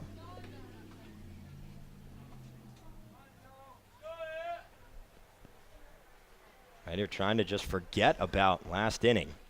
Only 2 of the runs were his responsibility. 5 were Kirian's. 1-0 pitch, misses low, ball 2. The few fans who have remained here at Cardines Field are trying to will their team to get its 15th win of the season and keep it really alive. Here's the 2-0, and he misses high. 3 straight balls after striking out Sardinas on 3 pitches. Speediest guy in the Pilgrims lineup you don't want to put Hyatt on here. Especially with how difficult it's been at times for Harvey to keep balls in front of him tonight. Ryder getting the sign from Harvey. Here's the 3-0, and it's taken for strike 1. You just got to work 1 pitch at a time now if you're Ryder. They have a defensive change for the Gulls. Holden Powell out of UCLA, usual pitcher, is out there in right field for Enright. Here's the 3-1. Fastball, that one's in there for strike 2. So Ryder working back into the count. It's now full. Second consecutive full count that Hyatt has had in this ball game. 10-9 Newport on top of the 9th inning. Nobody on, 1 down. Here's the payoff pitch. That fastball misses high for ball 4. It was close, but Hyatt flips the bat and trots down the first baseline. And the tying run is on the base paths. 3rd walk of the night for Hyatt. If it's his last at bat, he'll end up 0 for 1 with an RBI and 3 walks. And all 3 walks have been full counts. Yeah. Tyler Madison started this game. 6 innings, 2 runs, 4 hits. His decision has been erased. Willie Holmes that digs in, had the RBI double last inning. First pitch misses high, ball 1. Back in a more comfortable left-handed batter's box for him as well. Didn't look great with the pair of strikeouts and the ground out as a lefty, but new pitcher on now. He was put away his first 3 at-bats before the double. Now trying to keep something going. 1-0, nice breaking ball. That one catches the outside corner for strike 1. Ryder trying to be very particular here on Holmza, who had that double and swinging the bat confidently. 1-1 pitch. That one hit on the ground right side. Gething scoops it up, goes to Blumgren for 1. And it's going to be in and out of his glove on the transfer. So Hyatt is out at second. Wow. Is what they're calling it as of right now, and Zackerson's going to come out. And Hyatt's not really going anywhere. Ground ball to Gethings. Blumgren was at second, and on the transfer, the ball came out of his glove. And you see Hyatt saying no way as he walks by. We'll see how long he had it.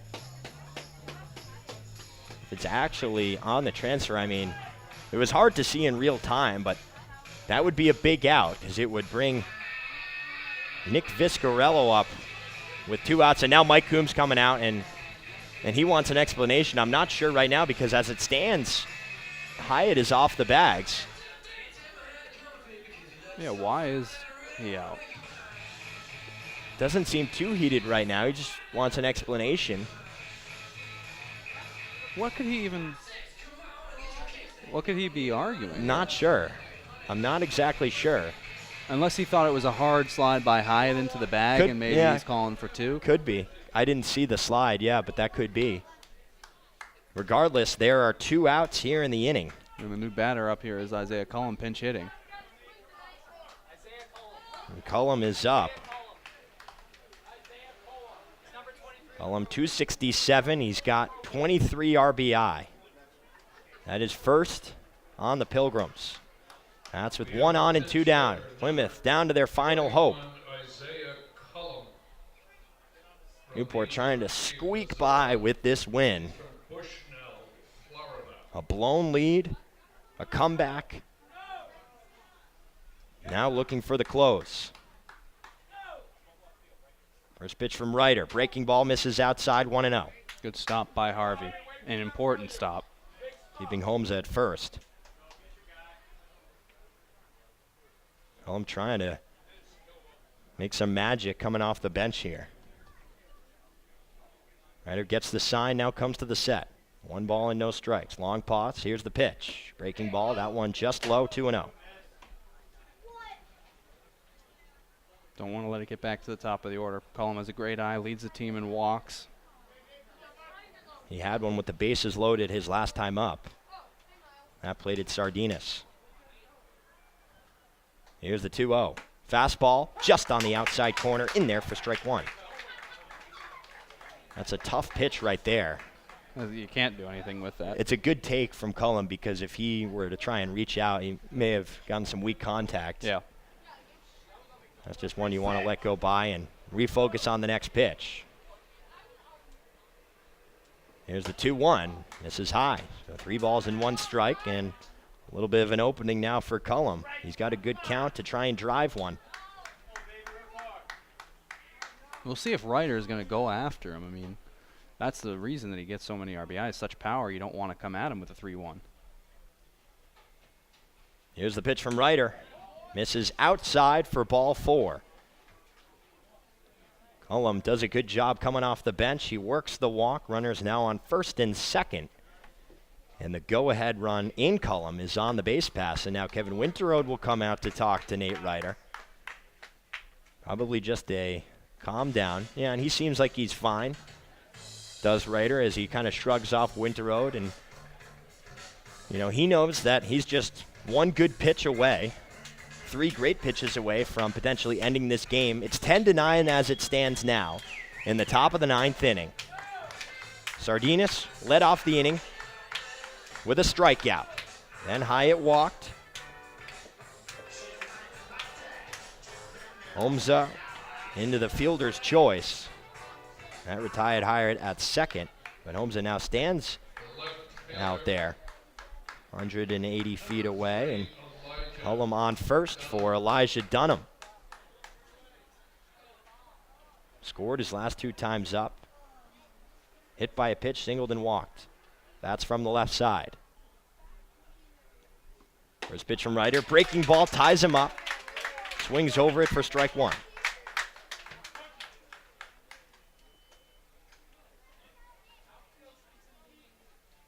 Ryder gets the sign, now comes to the set. Runners with their leads off first and second. Here's the 0-1 pitch, fastball, misses high.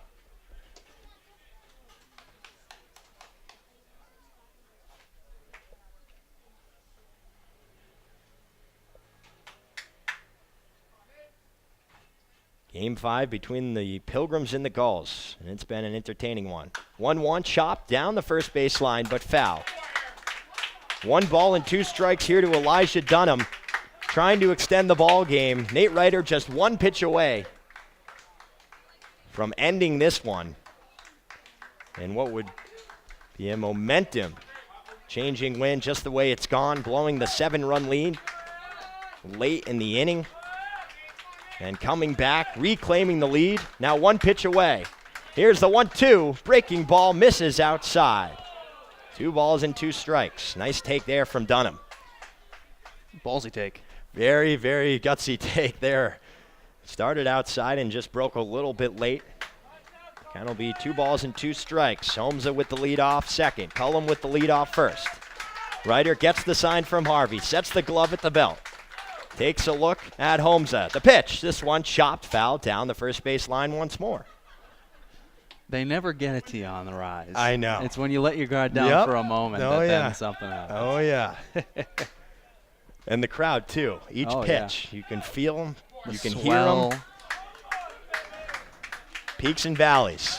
We'll do it again at least once more. 2 balls, 2 strikes, 2 outs, 2 runners on. Newport leading 10-9, top of the 9th inning. Ryder from the stretch, sets the glove at the belt. Here's the pitch, and it's a breaking ball chopped towards the second baseman. Gethings gloves it, fires it to first, and this one is over. Newport comes back late in the ball game and wins it 10-9, your final score. What a ball game we had here between the Gulls and the Pilgrims. Newport improves to 15-17 on the year. Plymouth falls to 19-14. We will have a full post-game report to try and unpack this one because it was filled with pretty much anything you've ever seen in a baseball game. Do not go anywhere. So the Gulls are able to win a gutsy one here at Cardines Field and improve to 15-17 on the season. The first win at Cardines Field since June 25th in a 7-5 victory over the Valley Blue Sox, but this one was special here. It was Newport who jumped out in front, and they were all over the scoreboard early on. Tawa scored in the 4th, then Logan Harvey with his first home run in the bottom of the 2nd. 2 more scored in the 3rd off Dalton Reed's first home run of the evening. The Gulls put up 2 more in the 4th, 2 more in the 5th, added 1 in the 6th, were held off the scoreboard in the 7th.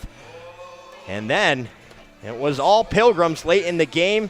They started to chip away in the top of the 6th with 2 runs in that inning, 1 in the 7th, and then that 6th run, top of the 8th inning, capped off by the Riley Helland go-ahead grand slam to give Plymouth a 9-8 lead. But it was Dalton Reed with his 2nd home run of the ball game, led off the bottom of the 8th. The solo shot ripped down the right field line. And how about Jack Blumgren coming up big with the RBI single to give Plu the 10-9 advantage. And Nate Ryder, after working through a tough inning in the 8th that he inherited from Kieran, he was able to refocus and get out of a jam in the top of the 9th. Boy, this was something. I mean, back and forth, and this could be a game that Newport can maybe ride for a little bit. Yeah, absolutely. I mean, it's it speaks a lot about the mental toughness of Newport to give away 6 in the 8th and come out and immediately get back those runs and take the lead right away. Shows the toughness of your bats. And for Nate Ryder to be ridden into the 9th and say, I just gave up a go-ahead grand slam to the Pilgrims, to be able to come back out and shut them down in the next inning is incredible. And hats off to them. On the Pilgrim side of things, I mean, it's a slow start. It's a couple of terrible coaching decisions. No way around those. And you know, you to be in that game was a blessing in itself. You get the bats going. You get an incredible clutch hit from Riley Helland, whose incredible performance really gets lost in this. But at the end of the day, you're 19-14, and you're still clinging to first. It's going to come down to mental toughness for both teams, really. I mean, down this final stretch, the dog days of summer, how bad do you want it? And, you know, this could be a game that can really change the attitude of a lot of players. A gutsy win like this, we saw so many wild things. Tim Tava with 2 times the bat flying out of his hand, ending up in the netting. There was nothing that you could have wanted more from this we game. We saw Sardinas falling. That ended up being a huge RBI in that inning. And, you know, there was just so many things that we could talk about here. I mean, from the very beginning, Mike Coombs dressing up as Kenny Powers and coming in here throwing adult beverages to the team and, you know, this and that, and saying some choice words to try and get him fired up and telling him, listen, you know, this is it. This is, you know, going to be an important game, and it proved to be. Again, you're only as good as your last win, so Newport is going to have to, you know, keep it going. And for Plymouth, you're still in first place with the Waves losing. So it's a tenuous grip at best, but you're still holding it. So you got time to right the ship. It comes down to up here. Yeah, it does. Absolutely, it comes down to your head and where do you want to be in a week and a half. And Dalton Reed, wow, 5 for 5, 2 runs, 6 RBI, home runs number 7 and number 8 in the ball game. And we will for sure have an interview with him when we go down to the field. But for now, I'd like to say thank you to Quinn Kelly. Quinn, it's been the most entertaining game of the season, at least for me. Think so. A ton of fun up here. And, you know, the great thing is we'll see you in 2 days. So that's right. Thanks a lot. To do it again. Pleasure. Safe travel home later on in the night. And we'll catch you later. We will send the rest of the post-game report over to Newport Gulls field reporter Aram Layan. Aram, you got a lot to talk about in this one. Yeah, thank you, Dave. You kind of got me started here, but I've got plenty more to go. Of course, we talk about Dalton Reed's performance, probably the performance of the season for the Newport Gulls by any individual player. 5 for 5, 2 home runs, 6 RBIs, brings his average up to 294. As for any other players, Cody Hosey picked up a pair of hits. Stevie Mangrum went 2 for 2 before he had to come out after getting that pitch on his wrist. Ended up being replaced by Nick Enright. Yep, Nick Enright, the pitcher, who played the outfield for the last 3 or 4 innings of the game. A wild game. We saw just about everything. I'm joined in the booth now by Joe De Leon. Joe, what do you think from this game, especially after surrendering that 7-run lead to recapture the lead and then close the game out there? What does that tell you about the Newport Gulls? One thing's for sure, it really isn't a testament to their willingness to fight, that they're not going to take any hits. They're not going to go down that easily, albeit they almost went by the way of a grand slam. But that really speaks to the mentality and the maturity of this team. In any sport, when you're down in a situation like that, the way you respond is really reflective of how you are as a unit and how cohesive you are as a unit. Well, in the big picture, we talk about how the Gulls responded, but also specifically with Nate Ryder, he gives up the go-ahead grand slam, then comes back in the 9th and shuts the door. What did you like from him in the 9th, and what was the difference from the 8th to the 9th? You know, he struggled pretty badly. He also inherited some runners before he gave up that grand slam. That was one pitch. Maybe didn't have his best stuff today, but he battled out there. Well, I don't really want to give too much like leeway or not leeway. I don't want to blame it too much on Nate Ryder for this situation. I mean, considering Kirian had given up that many runners, I believe he had 2 or 3 on, and he ended up walking one in. It's not an easy situation to go out there and try and pitch out of an inning like that. And we're going to send things down to our play-by-play man, Dave Peck. Thanks, guys. We're here with Newport Gulls player of the game, Dalton Reed. Dalton, 5 for 5, 6 RBI, home runs number 7 and number 8 on the season. I mean, what? It just was working today? Yeah, I just seen the ball really well. BP went really well today. The last couple games, it's been, I feel like I got my swing where I want it to be, and just got a couple good pitches to hit. Both of them were absolutely hammered, especially the first one. I mean, that one was well over the right center field fence. Would you say that's the furthest ball you've hit so far this season? Pretty close, either that one or the one at Keene, one of the two, but I have no idea. They both felt really well. What does this say about the team? Up 7-0. You scored in every single inning except the 7th, and then they come back with the grand slam, and everybody in the stadium is shocked, but you guys and yourself in particular were not. Yeah, we're pretty relentless at this point, and like anytime we just got to have wins. Got to have wins like really bad right now. Got to get in the playoff spot and then work our way back into it. So every win's a win for us. Is this a game that Newport can really latch onto and try and get some momentum? It's the first time that the Gulls have won consecutive games since June 25th. The first time that Newport has won a game at Cardines Field since June 25th. Yeah, I think they're number one in our division, and taking down the number one team, I think we'll have some momentum off that one. All right, thank you, Dalton. Dalton Reed, University of Kentucky, 5 for 5, 6 RBI, and 2 home runs. We'll send it back to you guys upstairs. Thank you, Dave. And that's Dalton Reed, like we said, 5 for 5 with 6 RBI. He pretty much saved the day for the Newport Gulls. Without him, I mean, that's half the run production right there, more than half the run production. Once again, it's the same story with the Gulls pitching. Got a pretty good start out of Tyler Madison. 6 innings, 4 hits, 2 earned runs. Bullpen surrenders a lead. If they want to make a run into the playoffs, they really need to have that bullpen solidified, and it's something that they just haven't seemed to figure out so far this season. Well, I think another thing that really comes into play and that it's not really going to get talked about that much is that in the games that they've really struggled, they haven't had consistent production across the board. They've had a couple guys that had the games in which Dalton Reed had today where he put up all the run production. But if you look across it, we have multiple players that had multi-hit games. You actually have 3 players who had 2 hits. You had Dalton Reed with 5 hits, and then you had Tim Tile with 1 hit, and then also Dylan Plew with 1 hit. It just, going forward, if they want to get this push towards the playoffs, they need games like this. They need guys all playing well. They can't have games in which one person is doing all the work. That, and also another issue that they've had is they've been very reliant on the home run. And we're going to send it down to Dave Peck to conclude things tonight. Thanks, guys. Once again, Newport winning this one by a final score of 10-9. The Gulls improving to 15-17 on the season. Its first win at Cardines Field since June 25th. Its first back-to-back win since June 25th as well. The Gulls will be back in action tomorrow when they head to Rogers Park in Danbury, Connecticut to face the Westerners for the 6th and final time of this 2018 season. They'll be back at Cardines Field on Wednesday night against the Plymouth Pilgrims once more on Military Appreciation Night, where all military personnel will receive a free entry to the ballpark courtesy of Newport Gulls Baseball. We'd like to thank everybody a part of the broadcast this evening. Tom Lima, our executive producer, our producer Shannon Carlson, our audio technician Nick Bello, Dan Byford was our on-site engineer, Joe DeLeon was our social media coordinator, with Anjay Olivier, our statistician, Arm Layton was our field reporter, and for the voice of the Plymouth Pilgrims, Quinn Kelly, I'm Dave Peck saying so long from the city by the sea.